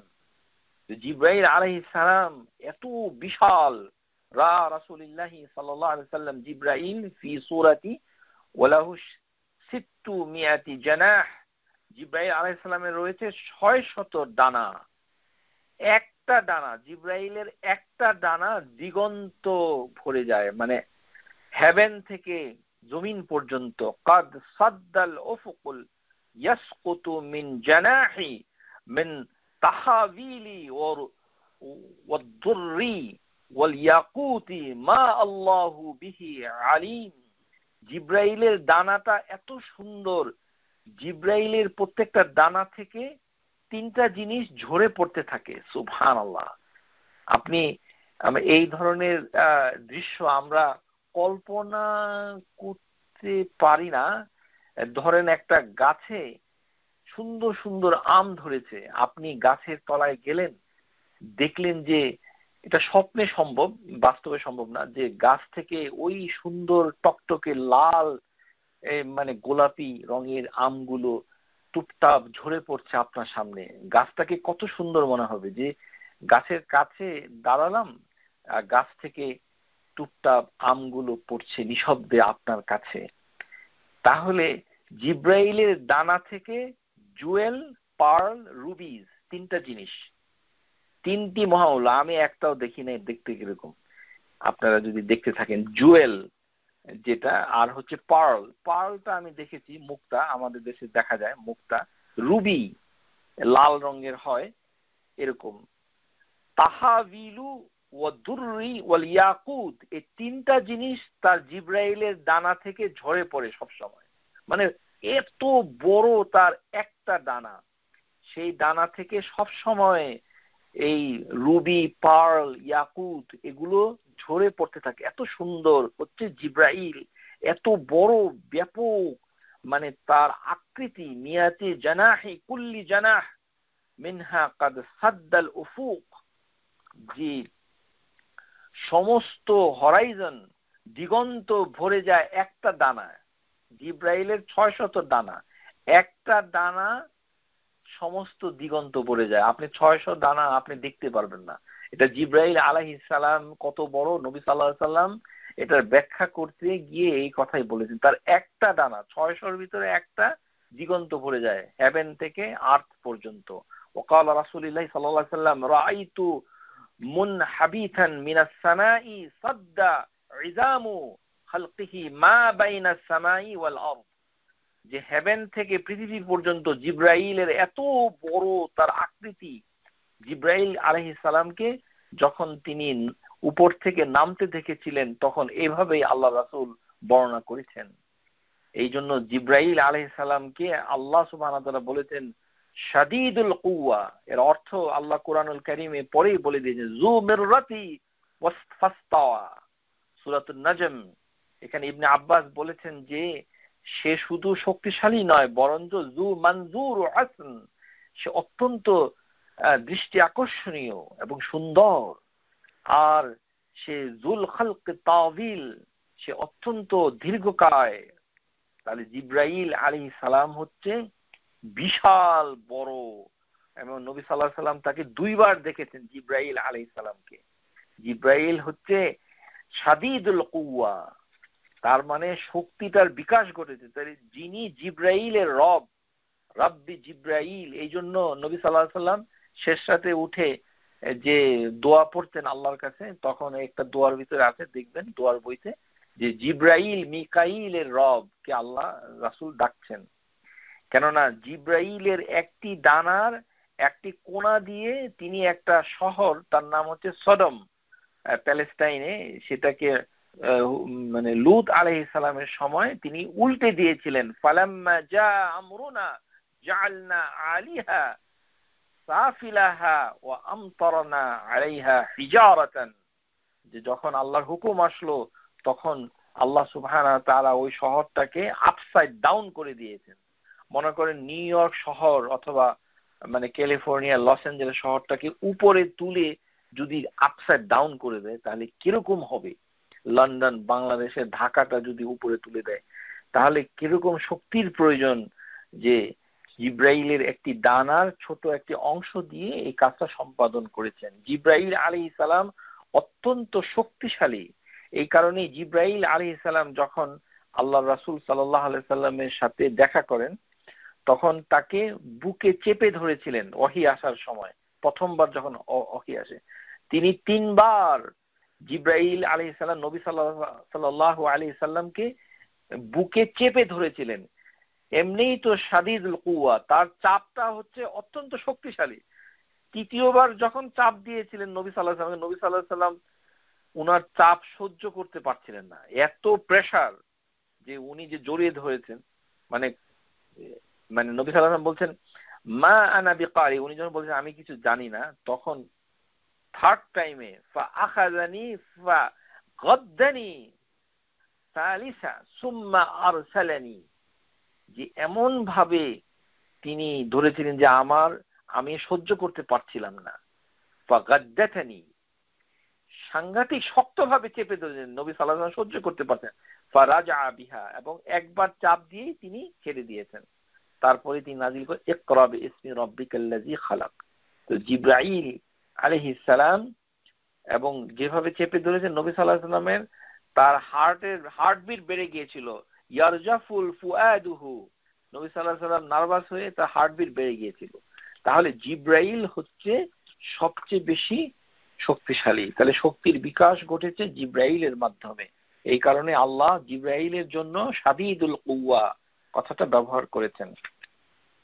আল্লাহ সুবহানাহু ওয়া তাআলা এই কারণে যখন তিনি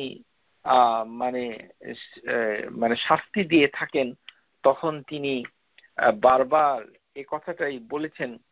কোরআনুল কারীমের ভিতরে মানে এসেছে যে যখনই তিনি আযাব দিয়েছেন ইন্নাল্লাহা কাবিয়্যুন শাদীদুল ইকাব, তো ওই সকল আয়াতগুলো যদি আপনারা দেখেন তাহলে দেখবেন যে আল্লাহ সুবহানাহু ওয়া তাআলা শাস্তির কথাটা যেভাবে বলেছেন সেই সময় এই কথাগুলো বলেছেন। আল্লাহ সুবহানাহু ওয়া তাআলা তিনি বলেছেন যে এই যে তার কুওয়া সেটা অর্জিত হবে কিভাবে, ইন্না ইয়ানসুরুকুমুল্লাহু ফালা গালিবা লাকুম। তো আল্লাহ সুবহানাহু ওয়া তাআলা বলেন যে আল্লাহকে যারা সাহায্য করবে, ইন্না ইয়ানসুরুকুমুল্লাহু ফালা গালিবা লাকুম ওয়া ইন ইয়াখযুলকুম ফামান যাল্লাযী ইয়ানসুরুকুম মিন বা'দি ওয়া আলাল্লাহি ফালিয়াতাওয়াক্কালিল মুমিনুন। তার মানে আল্লাহ সুবহানাহু ওয়া তাআলা এই যে কুওয়া আল কুওয়া এটার বিকাশ ঘটছে মানুষের প্রতি, যে যারা আল্লাহর প্রতি তাওয়াক্কালতু করবে। তাহলে প্রথমে শর্ত দিয়েছেন যে আল্লাহর শক্তি বিকাশ পাবে, প্রকাশ পাবে যখন কোনো বান্দা আল্লাহকে সাহায্য করবে।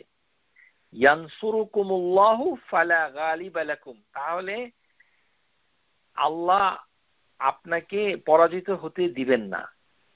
নান ক্যান ওভারকাম ইউ। সুবহানাল্লাহ। আপনারা যদি এই আয়াতের উপর আমল করতে চান যে আপনি পৃথিবীতে যতদিন বেঁচে আছেন আপনাকে কেউ যেন ডিফিট দিতে না পারে, কেউ আপনাকে হিউমিলিয়েট করবে না, পরাজিত করবে না, অপমানিত করবে না, আপনি সবসময় বিজয়ী হবেন, আপনার সাকসেস আপনার পিছনে পিছনে ঘুরবে। আল্লাহ সুবহানাহু ওয়া তাআলা একটা ফর্মুলা শিখিয়ে দিচ্ছেন, ওয়া ইয়ানসুরুকুমুল্লাহু ফালা গালিবা লাকুম।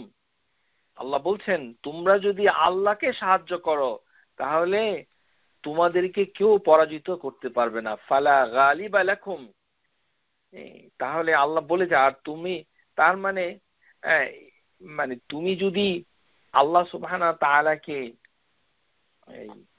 যেটা সাহায্যটা কিভাবে তাফসীরের ভিতরে এসেছে যে আল্লাহর তাওহীদকে যে প্রতিষ্ঠা করবে, আল্লাহর তাওহীদকে যে প্রতিষ্ঠা করবে সেটাই হচ্ছে ইয়ানসুরুকুমুল্লাহ, আল্লাহকে সাহায্য করা। কারণ আল্লাহ সুবহানাহু ওয়া তাআলাই তো তাওহীদের দাওয়াত কোরআনুল কারীমে প্রথমে দিয়েছেন, এটাকে গুরুত্বপূর্ণ বলে বলেছেন যে এটা আল্লাহ কারোর সাথে কম্প্রোমাইজ করে না। তাহলে আল্লাহর পক্ষ থেকে তার কিতাব এবং সুন্নাহ থেকে যদি আপনি তাওহীদের দাওয়াত দেন, তাওহীদ নিয়ে কাজ করেন, তাওহীদের উপরে আপনি কায়েম থাকেন, তাহলে আল্লাহকে আপনি সাহায্য করছেন। তারপরে যদি আপনি আল্লাহর ইবাদতকে প্রতিষ্ঠা করেন, প্রথমে তাওহীদ, তারপরে হচ্ছে ইবাদত, আর তারপরে যদি আপনি আরেকটি শর্ত স্কলাররা দিয়েছে যে নাহি আনিল মুনকার, যে অন্যায়কে বাধা দেওয়া এবং যে আমর বিল মারুফ, উত্তমের আদেশ করা, এগুলো যদি করেন তাহলে আল্লাহকে সাহায্য করা হয় এবং সেই ক্ষেত্রে আল্লাহ সুবহানাহু ওয়া তাআলা আপনাকে পরাজিত হতে দিবে না। আর এটাকেই বলা হচ্ছে তাওয়াক্কালতু মুমিন ফালিয়াতাওয়াক্কালিল মুমিনিন, যে চেষ্টা আপনাকে করতে হবে, এটি হচ্ছে তাওয়াক্কালতু, ট্রাস্ট। এই কারণেই লেখক এই আয়াতটা বলেছেন। এই যে আল্লাহ সুবহানাহু ওয়া তাআলা বলছেন যে যেমন কোরআনুল কারীমে বলেছেন যে ইয ইয়ারাউনাল আযাবা আন্নাল কুওয়াতা লিল্লাহি জামিআন ওয়া আন্নাল্লাহা শাদীদুল আযাব, সূরা বাকারা আয়াত নাম্বার 165। ওয়ালাউ ইয়ারাউনাল্লাযীনা যালামু, যারা জুলুম করেছে তারা যখন কিয়ামতের দিন দেখবে যে কি ধরনের শাস্তি তাদের জন্য রাখা হয়েছে, তখন তারা মনে করবে, বুঝতে পারবে যে সমস্ত শক্তি তো আল্লাহর কাছেই, ওয়া আন্নাল্লাহা শাদীদুল আযাব। তাহলে মুশরিকদের জন্য আল্লাহ সুবহানাহু ওয়া তাআলা এইভাবে সতর্ক করে দিয়ে আয়াত নাযিল করেছেন। তো আল্লাহ সুবহানাহু ওয়া তাআলা এই যে নাসর তার শক্তি কুওয়া, সেটার পৌঁছে যায় বান্দার কাছে যারা আল্লাহর তাওহীদকে প্রতিষ্ঠা করছে, যারা আল্লাহর ইবাদতকে প্রতিষ্ঠা করছে এবং যারা আমর বিল মারুফ ও নাহি আনিল মুনকার করছে, অন্যায়কে বাধা দিচ্ছে এবং কর্মের আদেশ করছে। তাহলে এর উদাহরণ দিতে গিয়ে আল্লাহ বলছেন যে নবী রাসূলদেরকে যে আল্লাহ পাঠিয়েছেন তাদেরকেও আল্লাহ সাহায্য করেছেন। ফালাম্মা জাআ আমরুনা নাজ্জাইনা সালিহান যে আমি যখন সালেহ আলাইহিস সালামকে সাহায্য করলাম এবং মানে তাকে রক্ষা করলাম, ওয়াল্লাযিনা আমানু মাআহু, এবং সালেহ আলাইহিস সালামের সাথে যারা ঈমান এনেছিল, বিরাহমাতি মিন্না ওয়া মিন খিযইন ইয়াউমাইযিন, সেই কঠিন দিনটাতে মানে লাঞ্ছনা থেকে তাকে রক্ষা করেছিলাম। ইন্না রাব্বাকা হুয়াল কাবিয়ুল আজিজ। আল্লাহ সুবহানাহু ওয়া তাআলা এরকম প্রচন্ড মানে লাঞ্ছনাময় দিনের ঘটনার কথা উল্লেখ করে তিনি বলছেন যে তিনি ছিলেন কি আল কাবি আল আজিজ। যেমন বদরের যুদ্ধে আল্লাহ সুবহানাহু ওয়া তাআলা মুসলিমদেরকে বিজয় দিয়েছিলেন। জিব্রাইল আলাইহিস সালাম নবী সাল্লাল্লাহু আলাইহি সাল্লামের কাছে এসেছিলেন তার ধুলিযুক্ত পোশাক নিয়ে, ধুলিময় আলুথালু পোশাক পরিধান করে জিব্রাইল আলাইহিস সালাম এসেছিলেন নবী সাল্লাল্লাহু আলাইহি ওয়াসাল্লামের কাছে। এরকম করে বিভিন্ন নবী রাসূলদেরকে আল্লাহ সুবহানাহু ওয়া তাআলা যখন সাহায্য করে উদ্ধার করেছিলেন, রক্ষা করেছিলেন, সেই ক্ষেত্রে আল্লাহ বলেছেন হুয়াল কাবিয়ুল আজিজ, যে তিনি শক্তিশালী, সর্বশক্তি, কেউ তোমাদের ক্ষতি করতে পারে না। কেননা আল্লাহ তো লিখিয়ে রেখেছেন, কাতাবাল্লাহু লা আগলিবান্না আনা ওয়া রাসূলি, আমি এবং সমস্ত রাসূল বিজয়ী হবে। যদিও মানুষরা এটা জানে না। ওয়াল ইয়ানসুরান্নাল্লাহু মান ইয়ানসুরুহু ইন্নাল্লাহা লাকাবিয়্যুন আজিজ। যারা আল্লাহকে সাহায্য করবে আল্লাহ তাদেরকে সাহায্য করবেন। আল্লাহ সুবহানাহু ওয়া তাআলা সাহায্য করবেন যারা আল্লাহকে সাহায্য করবে। সূরা আল হজ।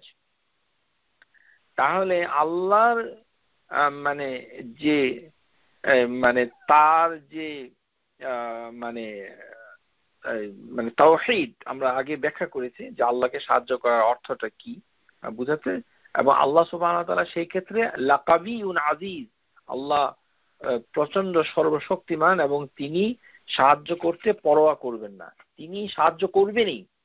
যেমন তাওয়াক্কালতু করার একটি দৃষ্টান্ত হচ্ছে যে নিজের যা আছে সেগুলোকে আগে ব্যবহার করতে হবে, তারপরে আল্লাহ সাহায্য আসবে। স্কলাররা বলেন যে নবী সাল্লাল্লাহু আলাইহি সাল্লাম যখন মক্কা থেকে মদিনায় গভীর রাতে আবু বকর সিদ্দিককে নিয়ে তিনি রওনা দিলেন, তখন তিনি তার সাথে যে জনবল ছিল, রিসোর্স ছিল, সেটাকে তিনি সঠিক ব্যবহার করেছেন, তারপরে আল্লাহর উপরে ভরসা করেছেন। তিনি তার শয়নকক্ষে রেখে এসেছিলেন কাকে? আলী রাদিয়াল্লাহু তাআলা আনহুকে, যেন কাফেররা এসে বিভ্রান্ত হয়ে যায় যে তার ঘরের ভিতরে একজন লোক রয়েছে যিনি হচ্ছেন আলী।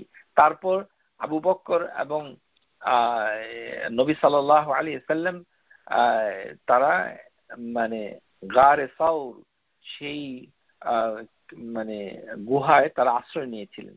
তারপর যে লোকটা যারা এসেছিল তারা নবী সাল্লাল্লাহু আলাইহি ওয়াসাল্লামকে দেখতে পায় নাই। আল্লাহ সুবহানাহু ওয়া তাআলা ফেরেশতার ডানা দিয়ে সেটাকে আড়াল করে রেখেছিলেন, তারা নবী সাল্লাল্লাহু আলাইহি ওয়াসাল্লাম আবু বকরকে দেখতেই পায় নাই। ফেরেশতা এসে তাদের দৃষ্টি সীমানাকে নষ্ট করে দিয়েছে, দেখতে পায়নি। তারপরে যে ব্যক্তি ঘোড়ায় চড়ে তাকে মানে এসছিল আক্রমণ করতে, তার ঘোড়াটাও জমে গিয়েছিল, ফ্রোজেন হয়ে গিয়েছিল। তাহলে আল্লাহর যে মানে কারামাত মুজিজা, সেটা যে আল্লাহ সুবহানাহু ওয়া তাআলা সাহায্যটা পাঠাচ্ছেন পরে, কিন্তু প্রথমে যা ছিল সেগুলোকে ব্যবহার করেছেন। এই কারণে আল্লাহর উপরে তাওয়াক্কালতু করে অর্থ হচ্ছে যা আছে সেটাকে ব্যবহার করতে হবে, তারপর আল্লাহ সুবহানাহু ওয়া তাআলা তার গায়েব থেকে আপনাকে সাহায্য করবেন, যেটা আমরা কর্মধারায় এই ক্ষেত্রে দেখতে পেলাম। এবং আল্লাহ সুবহানাহু ওয়া তাআলা সূরা আহজাবের ভিতরে বলে ওয়াকাফা আল্লাহুল মুমিনিনাল কিতাল, যে এই সশস্ত্র যুদ্ধে মুমিনদের জন্য আল্লাহই যথেষ্ট ছিল। সূরা আহজাব, এই আহজাবের যুদ্ধে ওয়াকানাল্লাহু কাবিয়ান আজিজ, তিনি ছিলেন সর্বশক্তিমান এবং মানে পরাক্রমশালী। এইভাবে আল্লাহ সুবহানাহু ওয়া তাআলা বিভিন্ন জালিমদের ক্ষেত্রে যখন শাস্তি দিয়েছিলেন, যেমন কাদাবি আলি ফিরআউন ওয়াল্লাযিনা মিন ক্বাবলিহিম, ফিরআউন এবং তার আগে যারা একই আচরণ করত, একই অভ্যাস ছিল, যে যারা কাফারু বিআয়াতিল্লাহ, যারা আল্লাহর নিদর্শনকে অস্বীকার করত, ফাআখাযাহুমুল্লাহু বিযুনুবিহিম, গুনার কারণে আল্লাহ তাদেরকে পাকড়াও করেছিলেন। ইন্নাল্লাহ কাবিয়ুন শাদীদুল ইকাব, আল্লাহ হচ্ছেন অত্যন্ত শক্তিশালী এবং শাদীদ, শক্তি, এবং শাস্তি যখন দেন তখন তার শাস্তি মানে অত্যন্ত পেইনফুল এবং প্রবল। আওয়ালাম ইয়াসিরুল ফিল আরদি ফায়ানজুরু কাইফা কানা আকিবাতুল লাযিনা কালু মিন ক্বাবলিহিম কানু মিন আশাদ্দু মিনহুম কুওয়া, যে আল্লাহ বলছেন যে তোমাদের পূর্বে যাদেরকে শক্তি দেওয়া হয়েছিল, আশাদ্দা মিনহুম কুওয়া, আল্লাহ বলেই দিয়েছেন। তার মানে বোঝা যাচ্ছে যে মানব প্রজাতি এখন বর্তমান বিশ্বে যারা আছে, হোমোসেপিয়েন্স মানুষ, পূর্বের মানুষগুলো শারীরিক দিক থেকে অত্যন্ত ক্ষমতাবান, শক্তিশালী ছিল। তাদের এরকম ঘন ঘন হার্ট অ্যাটাক আর ওই যে স্ট্রোক হয়ে একেবারেই এই ডিস্ক হার্নিয়েশন, ব্যাক পেইন এরকম ছিল না। আগেকার দিনের মানুষদের শারীরিক ক্ষমতা অত্যন্ত শক্তিশালী ছিল, বায়োলজিক্যালি, ফিজিক্যালি, মেন্টালি, সব দিক থেকে। তারা প্রাকৃতিক দুর্যোগকে যেভাবে মোকাবেলা করত, আল্লাহ সুবহানাহু ওয়া তাআলা সেই দিক থেকেই তাদের উল্লেখ করে তার ক্ষমতার কথা বলেছেন। আশাদ্দা মিনহুম কুওয়া কানু হুম, যারা পূর্বে এসেছিল সেই মানব জাতি, তাদের একটি গুণের কথা আল্লাহ বলেছেন।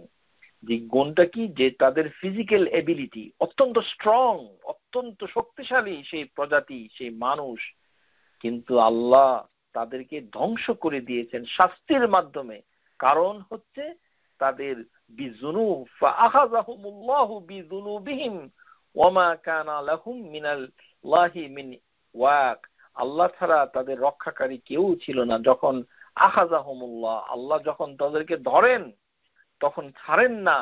ইন্নাহু কাবিয়ুন শাদীদুল ইকাব, আল্লাহ হচ্ছেন শাদীদ, তিনি যখন শাস্তি দেন তখন তাকে রুখে দেওয়া কোনো সম্ভব না। এই যে মনে করেন আমরা আজকে অনুষ্ঠান শুনছি ঘরের ভিতরে বসে, নিরাপদ বিল্ডিং এর ভিতরে, নিরাপদ প্রযুক্তির ভিতরে, এরকম নিরাপদ মনে করতো আগেকার দিনের লোকরা। তারা রকি ট্র্যাক কেটে, পাহাড়ের পাথর কেটে বসবাস করত, কিন্তু আল্লাহ সেখানেও শাস্তি দিয়ে তাদেরকে মানে নিঃশেষ করে দিয়েছেন। আমাদের এই নিউ ইয়র্ক শহর এখনই ভূমিকম্প হয়ে তলিয়ে যেতে পারে, এখনই ঢাকা শহর আল্লাহ সুবহানাহু ওয়া তাআলা একেবারেই ধ্বংস করে দিতে পারে। কেননা আল্লাহ হচ্ছেন ইন্নাহু কাবিয়ুন শাদীদুল ইকাব, শাস্তি দিতে পারেন যে কোনো জায়গায়, বিযুনুবিহিম, তাদের গুনার কারণে, বিযুনুবিহিম ওয়ামা কানা লাহুম, আর সেই শাস্তি হবে অত্যন্ত প্রবল। সেই জন্য লক্ষ্য করতে হবে আমরা কি করছি। আল্লাহ সুবহানাহু ওয়া তাআলার শক্তি এভাবেই তিনি প্রকাশ করেছেন কুদরতি দিয়ে, ফালা আজিজাহু শাইউন, আল্লাহ অক্ষমতা দেখান না। কারণ আল্লাহ বলছেন ওয়ালা ইয়াউদুহু হিফযুহুমা, হেভেন, সাতটি হেভেন এবং পৃথিবী, সেটাকে রক্ষণাবেক্ষণ করতে আল্লাহ কখনো ক্লান্ত হন না, অক্ষম হয়ে যান না। ওহু আলিউল আযীম, আল্লাহ সুবহানাহু ওয়া তাআলা এইভাবে তার ক্ষমতার কথা বিভিন্ন আয়াতের ভিতরে বলেছেন। যে আমরা যেটা দেখেছি যে যারা পূর্বে এসেছিল এবং যারা মানে কিছুই করতে পারতো না, আল্লাহ সুবহানাহু ওয়া তাআলা এই কথাটাও বলেছেন যে তারা কিছুই করতে পারে না। আল্লাহ সুবহানাহু ওয়া তাআলা এটা না বললেও পারতেন, কিন্তু তারপরে আল্লাহ উল্লেখ করে দিয়েছেন যে ইন্নাহুম লা ইউজিজুনা, যে তারা কিছুই করতে পারবে না আল্লাহর বিরুদ্ধে। তারা ধারণা করে ওয়ালা ইয়াহসাবান্নাল্লাযীনা কাফারু সাবাকু, তারা মনে করে তারা কিছু করবে, কোথায় করবে? কেননা আল্লাহর অবাধ্যতা। এই জন্য অনেকে সে বলে যে আরে ধর্মকর্ম তো আচ্ছা বুঝলাম, ধর্মকর্ম করতে মন চায় না কিংবা নাস্তিক হয়ে গেছে, কিন্তু সে যাবেটা কোথায়? মৃত্যু তো আছেই, 100-200 বছর 300 বছর মরবে না। তার মানে আল্লাহর রাজত্বটাকে অতিক্রম করে তার যাওয়ার কোনো জায়গা নেই।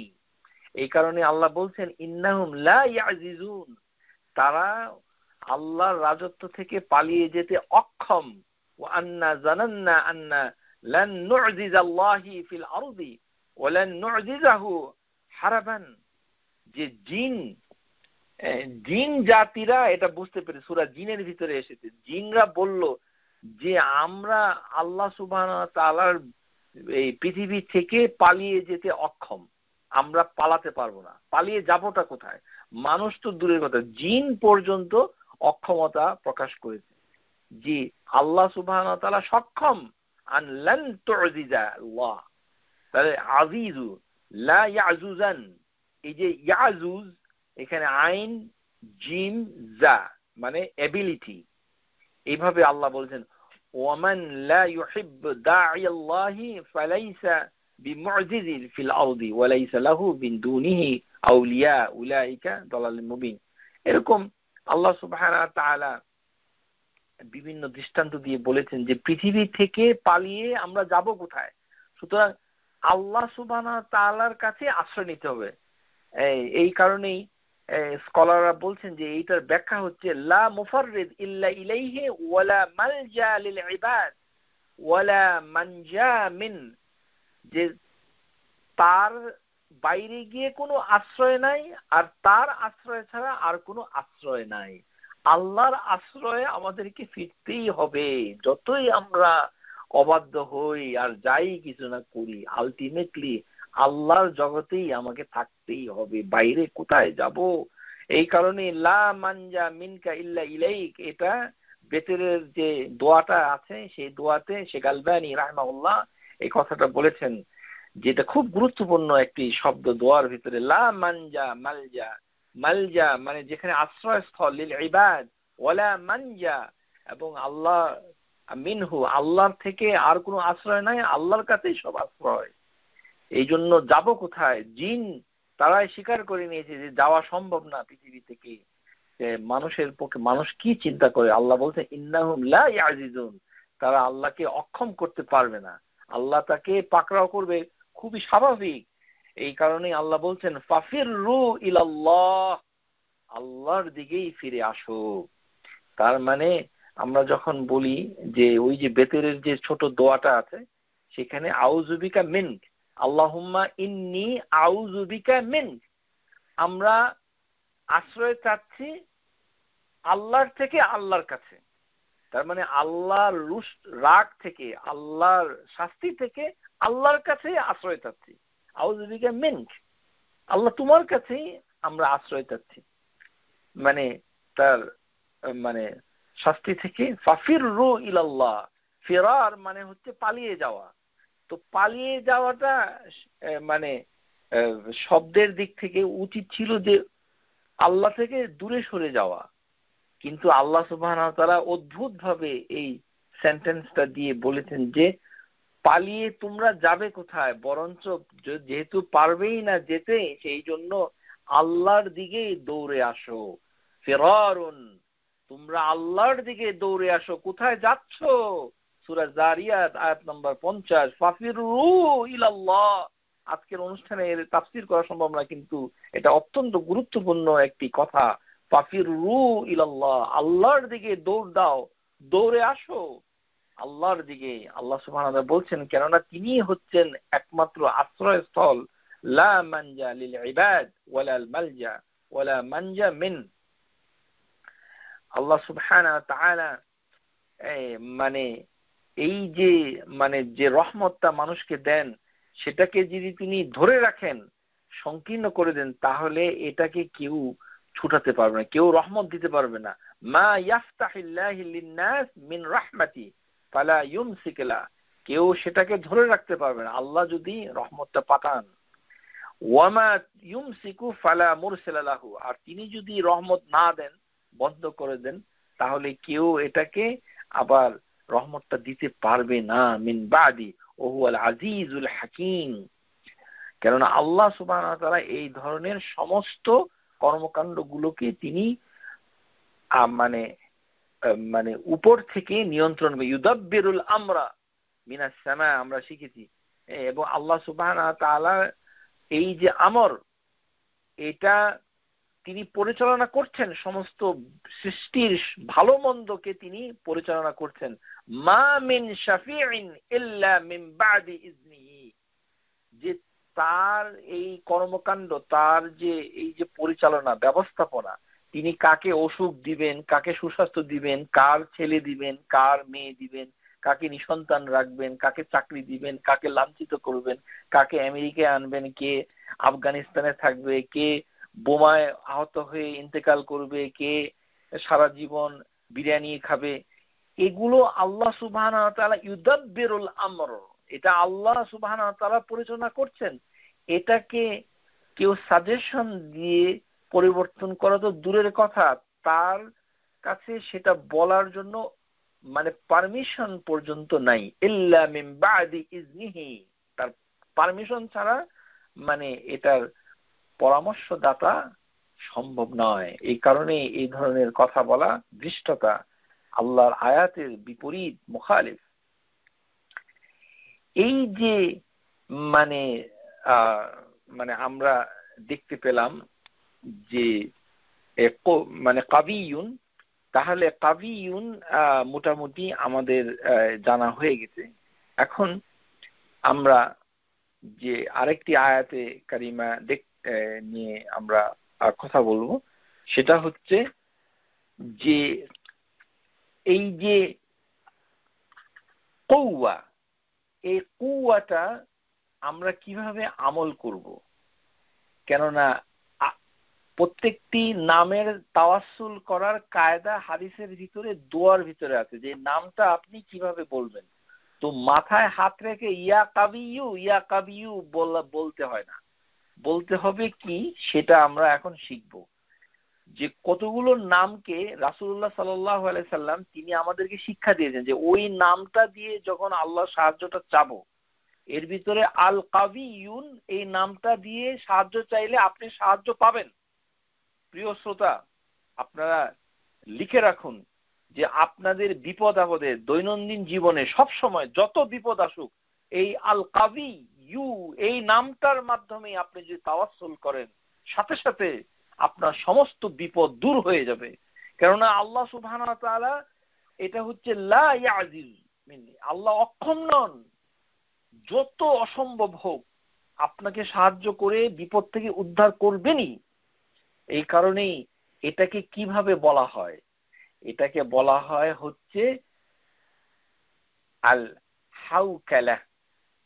হাউকালা, আল হা ওয়াও কাফ লাম তা মারবুতা, আল হাউকালা।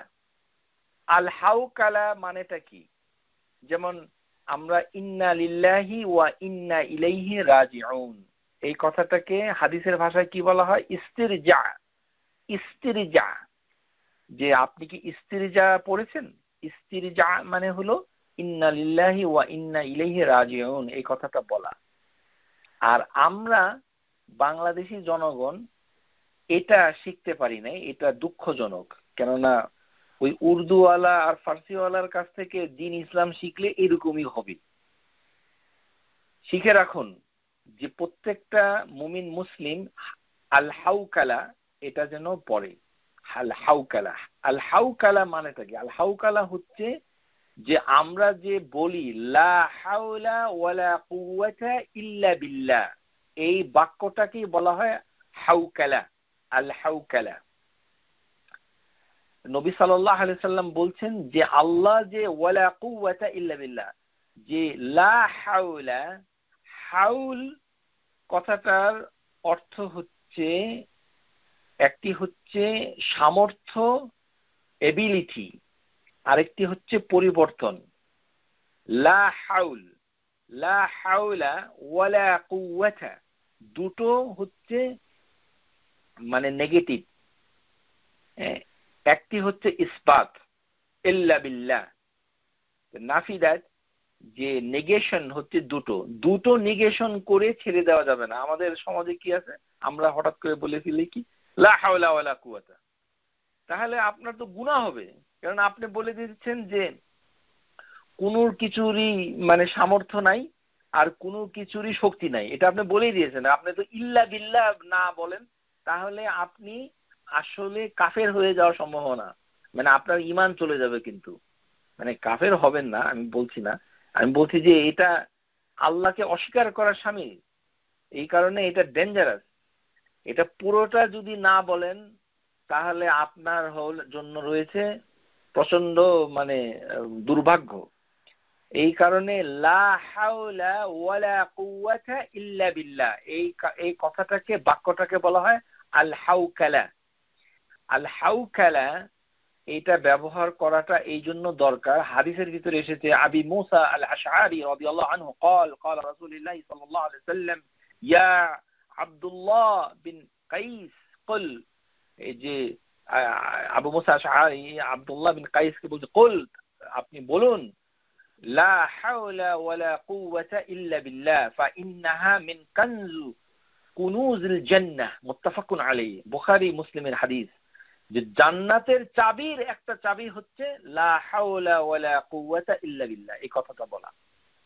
তার মানে কি, যে হাউল হচ্ছে দুটো অর্থ, একটা কেউ কেউ বলছেন হাওয়ালা মানে হচ্ছে পরিবর্তন, আরেকটা অর্থ হচ্ছে হাউল মানে হচ্ছে সামর্থ্য। যে আল্লাহ ছাড়া এটাকে পরিবর্তন করা, আপনি যদি মুসাদ্দাদ করেন হাওয়ালা, হা ওয়াও এর পরে তাসদীদ, হাওয়ালা মানে হচ্ছে পরিবর্তন, মানে এটা চেঞ্জ। আপনারা ভয় পেয়ে এটা অনেক সময় বলি যে এটা যখন আমরা ডিল করতে পারবো না তখন এই কথাটা বলতে হবে, যে কোনো জিনিস ঘটলে লা হাওলা ওয়ালা কুওয়াতা ইল্লা বিল্লাহ। কিন্তু আমরা হতভাগা বাঙালি বলি কি লা হাওলা ওয়ালা কুওয়াতা, লা হাওলা ওয়ালা কুওয়াতা মানে আপনার ঈমান নাই, আপনি আল্লাহকে অস্বীকার করছেন, আপনি বলে দিচ্ছেন যে আল্লাহ মানে কোনো কিছু পরিবর্তন করতে পারবে না, আল্লাহকেও না করে দিচ্ছেন, কেননা আপনি তো ইল্লা বিল্লাহ বলেন নাই। যেমন লা ইলাহা বলে যদি কথা বলেন লা ইলাহা ইল্লাল্লাহ, লা ইলাহা ইল্লাল্লাহ বলে দিয়ে আপনি বেঁচে যাচ্ছেন, কিন্তু লা ইলাহা এই কথাটা যদি বলেন তার মানে দুনিয়াতে কারোর কোনো ইলাহা নাই, লা ইলাহা লা ইলাহা লা ইলাহা বলতেছেন, তার মানে কোনো ইলাহা নাই, উপাস্য বলে কিছু নাই, তাহলে তো আল্লাহকে অস্বীকার করার শামিল। আর এখানে যদি আপনি বলেন লা হাওলা, তার মানে পরিবর্তন করার মতো কোনো শক্তি কোথাও নাই, অথবা কোনো সামর্থ্য নাই, ওয়ালা কুওয়াতা কোনো শক্তি নাই, কারোর কিছু নাই, আপনারও শক্তি নাই। আর শক্তির আধার যে আল্লাহ সুবহানাহু ওয়া তাআলা, যেটা আল্লাহ বলেছেন যে ফাল কুওয়াতা লিল্লাহি জামিআন, সমস্ত শক্তি আল্লাহর কাছে, সেটাও আপনি অস্বীকার করছেন। এই কারণে ইল্লা বিল্লাহ ইসবাত করতে হবে, এটা মাস্ট। এই কারণে আপনার সামনে যদি কোনো বাংলাদেশি হতভাগা এইটা বলে থাকে, সাথে সাথে তাকে কারেক্ট করে দিবেন, কেননা ও যদি ওই মুহূর্তে মারা যায় তাহলে তো সে জাহান্নামে চলে যাবে, কেননা সেই আল্লাহর প্রতি ঈমানকে অস্বীকার করেছে। লা হাওলা ওয়ালা কুওয়াতা ইল্লা বিল্লাহ, এই কথাটাকে এত গুরুত্বপূর্ণ হাদিসে এসেছে, এটা জান্নাতের চাবি। কোন জান্নাতের চাবি না, কুনুজ মানে হচ্ছে জান্নাতের গুপ্তধন, জান্নাতের ভিতরে এটা লুকায়িত আছে এই কথাটা। ও আমারানি রাওয়াহু ইমাম আহমদ হাদিস আবি যর রাদিয়াল্লাহু আনহু, আমারানি খালিলি বিসাবঈ, আমার বন্ধু নবী সাল্লাল্লাহু আলাইহি ওয়াসাল্লাম আমাকে 7টা আদেশ করেছেন। 7টা আদেশ করেছে কাকে? আবি যরকে। ফাযাকারাহা, সে বলেছেন ওয়া আমারানি আন আকসারু মিন কাউল, আমি যেন সব সময় বলি লা হাওলা ওয়ালা কুওয়াতা ইল্লা বিল্লাহ, যে এই কথাটা যেন আমি সব সময় বলি, সব সময় যেন আল্লাহ ছাড়া কোনো শক্তি, পাওয়ার, পরিবর্তন করার সামর্থ্য কি কারো নাই, ওয়ালা কুওয়াতা, এবং কোনো শক্তি নাই। কুওয়া, এই যে আমি ওয়ালা কুওয়া বললাম, এটাই হচ্ছে আল কাবিয়ুনের মানে তাওয়াসসুল, আল্লাহর নামটার তাওয়াসসুলটা হয়ে যাচ্ছে। লা হাওলা ওয়ালা কুওয়াতা, এখানে একটি নাম চলে এসেছে, সেটা কি? আল কাবিয়ুন, আল্লাহ হচ্ছেন একমাত্র কাবি। কাবি আরো আছে, আপনার বসও শক্তিশালী, মানে আপনার আমাদের প্রেসিডেন্ট, প্রাইম মিনিস্টারেরও শক্তি আছে, কাবিয়ুন, আমেরিকার প্রেসিডেন্টের শক্তি আছে, সেটা আপনি স্বীকার করছেন, কিন্তু আল্লাহ হচ্ছেন আল কাবি, আল্লাহ হচ্ছেন সর্বশক্তিমান, তার শক্তির কাছে সমস্ত শক্তি দুর্বল, দাঈফুন। এই কারণে এই কথাটা যেন আমরা জিকির হিসাবে বারবার বলি, এরকম পরামর্শ আবি যরকে দেওয়া হয়েছিল, লা হাওলা ওয়ালা কুওয়াতা ইল্লা বিল্লাহ ফাইনহিন্না মিন কানজি তাহতিল আরশ। এই কথাটা মানে আরশের নিচে যেই ট্রেজার রয়েছে, যে সম্পদ রয়েছে, সেই সম্পদের একটি সম্পদ হচ্ছে এটা। এখন আমাদের সমাজের কি বলে। আমাদের সমাজে ওই যে হাউল কিন্তু আল্লাহ সুবহানাহু ওয়া তাআলার কোনো নাম না। হাওলা একটা জঘন্য একটা শব্দ প্রচলিত আছে, আমি এটা আপনাদেরকে শিখাচ্ছি এবং সংশোধন করে দিচ্ছি, নিজেরা শিখবেন এবং অন্য কেউ শিখাবেন ইনশাআল্লাহ। বহুদিন আগে আমাদের এক শ্রোতা কানাডা থেকে আমাকে একটা গুরুত্বপূর্ণ প্রশ্ন করেছিলেন। তাকে আমি মোবারকবাদ জানাচ্ছি যে তিনি যে প্রশ্নটা করেছিলেন খুবই গুরুত্বপূর্ণ।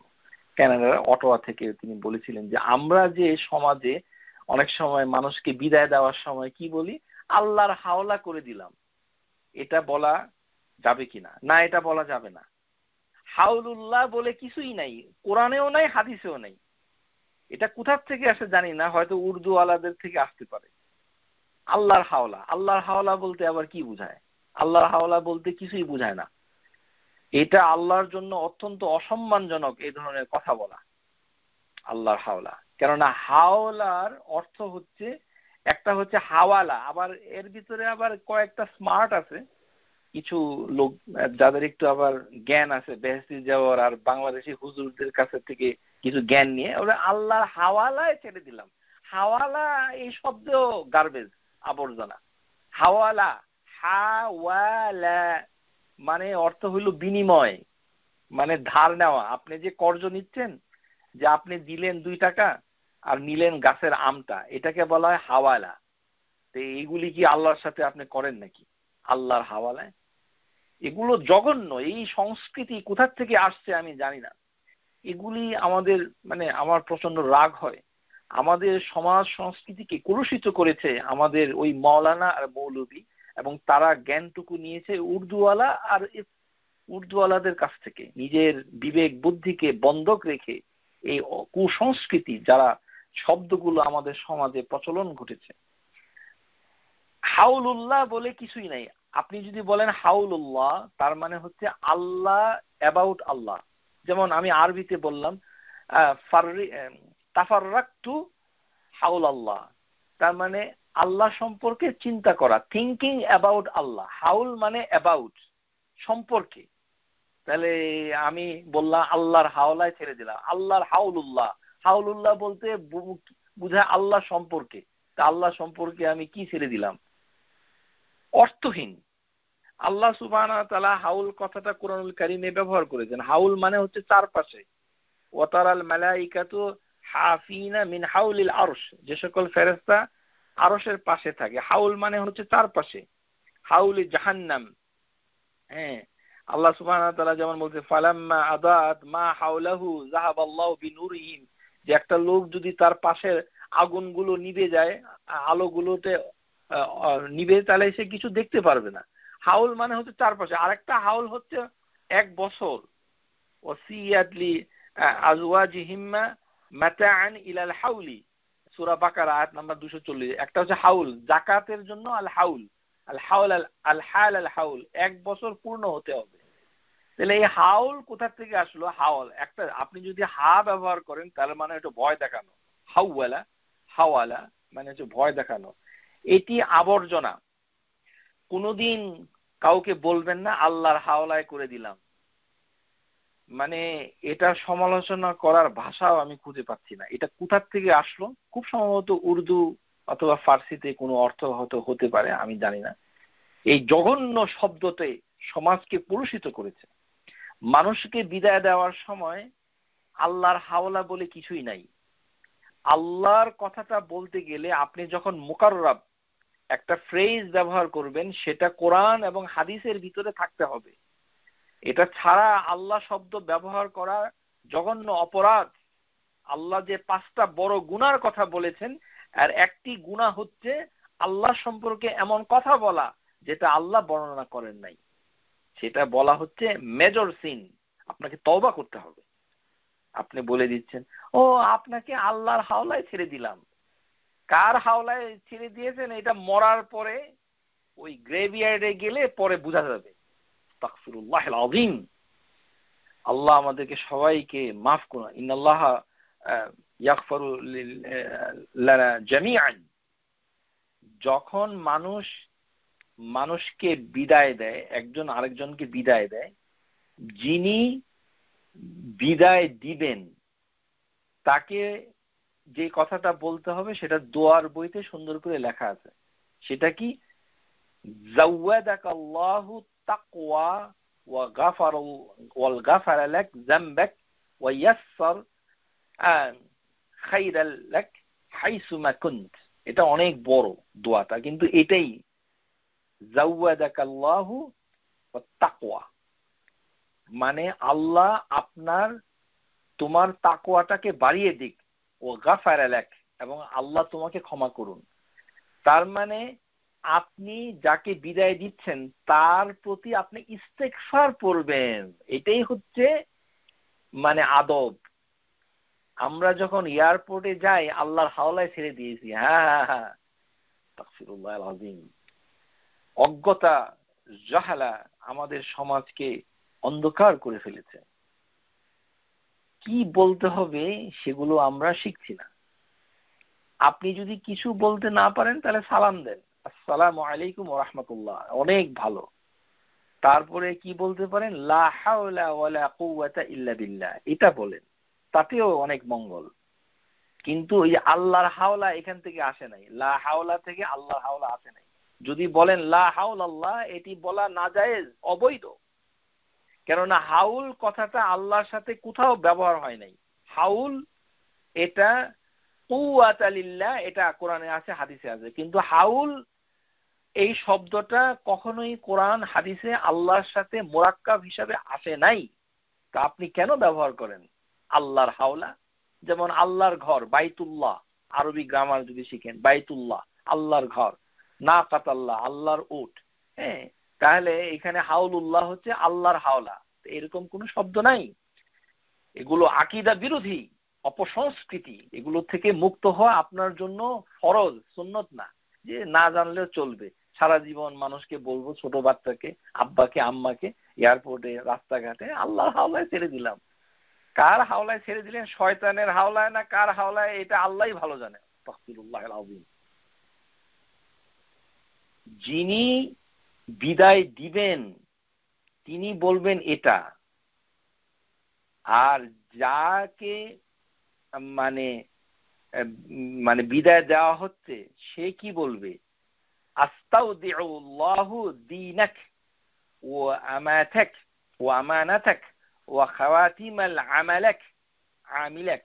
এই কথাটা বলতে, আস্তাউদিউল্লাহ, আল্লাহর জিম্মায় তোমার দিনকে রাখলাম। আস্তাউদিউল্লাহ দীনাক, আল্লাহ সুবহানাহু ওয়া তাআলার নামের সাথে কখনো যদি আপনি ভার্ব ব্যবহার করেন তাহলে আপনাকে একটা অবজেক্ট রাখতে হবে সামনে, মানে নসব রাখতে হবে, না হলে আপনার এই কথাটা অপূর্ণ, আল্লাহর সাথে বেয়াদবি করা শামিল। যেমন আমাদের দেশে আছে, আমি আল্লাহকে পেয়েছি, উনি আল্লাহকে পেয়েছেন, আল্লাহকে পেয়েছেন, এই ধরনের কথা বলা আল্লাহর সাথে তামাশা করার শামিল। এটা মারাত্মক গুনাহ এই ধরনের কথা বলা। আপনি আল্লাহকে পেয়েছেন এটা বলতে পারেন না, আপনি একটা অ্যাডজেক্টিভ ব্যবহার করতে হবে। আপনি আল্লাহর রহমত পেয়েছেন এটা বলবেন, যে মানে আউজাদুল্লাহি রাহমাহ, মানে রাহমাতিল্লাহ, ওয়াজাদাল্লাহু রাহমাহ, এরকম যে আল্লাহর রহমত পেয়েছি, আল্লাহর অনুগ্রহ পেয়েছি, ফাদলুল্লাহ পেয়েছি, এরকম একটা অ্যাডজেক্টিভ বসাতে হবে। কি পেয়েছেন? আল্লাহকে পেয়েছেন। আল্লাহ কি আপনার আমার মতো কোন ব্যক্তির মতো? আস্তাগফিরুল্লাহিল আযীম। আল্লাহ হচ্ছেন আল আজিজ। আল্লাহ সম্পর্কে এই ধরনের কথা বলা সুফি সংস্কৃতি থেকে আমাদের সমাজে এগুলো এসেছে। আরে উনি তো অনেক ধার্মিক, উনি আল্লাহকে পেয়েছেন, উনি একটা আবর্জনা বটে। উনি এই কথাটা বলেন, ওনার আল্লাহ সম্পর্কে তার কোনো জ্ঞান নাই, এই কারণে এটা বলছেন। আল্লাহর অনুগ্রহ পেয়েছেন, আল্লাহর মানে রহমত পেয়েছেন, আল্লাহর ফজল পেয়েছেন, কোনো একটা কথা এখানে অ্যাড করতে হবে। শুধু আল্লাহকে পেয়েছেন এটা ইনঅ্যাপ্রোপ্রিয়েট। তেমনি যখন বলবেন যে আল্লাহর জিম্মায় তোমাকে ছেড়ে দিলাম, যাকে বিদায় দেওয়া হচ্ছে, মানে সে আপনাকে বলবে, হ্যাঁ, আস্তাউদিউল্লাহ দীনাক, এটা বলতে হবে যে আমি তোমাকে ছেড়ে দিলাম তোমার দিনকে আল্লাহর জিম্মায়, ও আমানাতাক, তোমার মানে আমানাটাকেও আল্লাহর কাছে ছেড়ে দিলাম, ও খাওয়াতিমা আমালিক, এবং তোমার শেষ কাজটাকেও আল্লাহর জিম্মায় ছেড়ে দিলাম।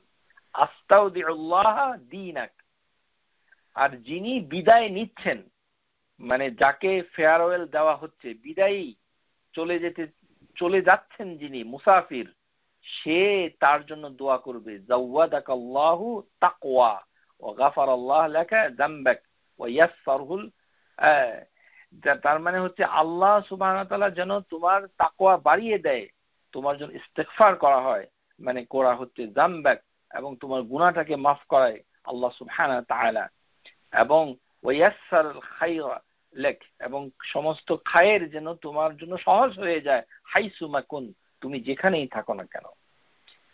তার মানে ট্রাভেলারকে এটা বলছে যেন তার দোয়াটা যেন কবুল হয়ে যায়, তাহলে তার জন্য সমস্যা হয়, যেহেতু সে ট্রাভেল করছে, সেই জন্য আপনি তাকে এইভাবে মানে তাকে বলছেন, কেন দোয়ার ভাষাটা দিয়ে আপনি বুঝতে পারছেন কোন দোয়াটা কার জন্য করতে হবে। এটা যদি আপনার উল্টাপাল্টা লাগতে পারে, আপনাকে একটা কৌশল শিখিয়ে দিচ্ছি, কেননা পরের কথা ইয়াসসারুল খায়রা লাক হাইসুমা কুন্ত, তুমি যেখানেই থাকো না কেন সবকিছু যেন সহজ হয়। এটা কার দরকার? যে মুসাফির, তার দরকার।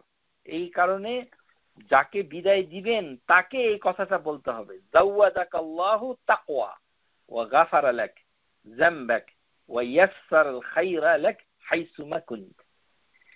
আল্লাহ, আপনি যদি এটা বলতে না পারেন তাহলে আপনি বলতে আল্লাহ যেন তোমার তাকওয়া বাড়িয়ে দেয়, আল্লাহ যেন তোমাকে মাফ করে, এইভাবে বাংলায় বলতে হবে।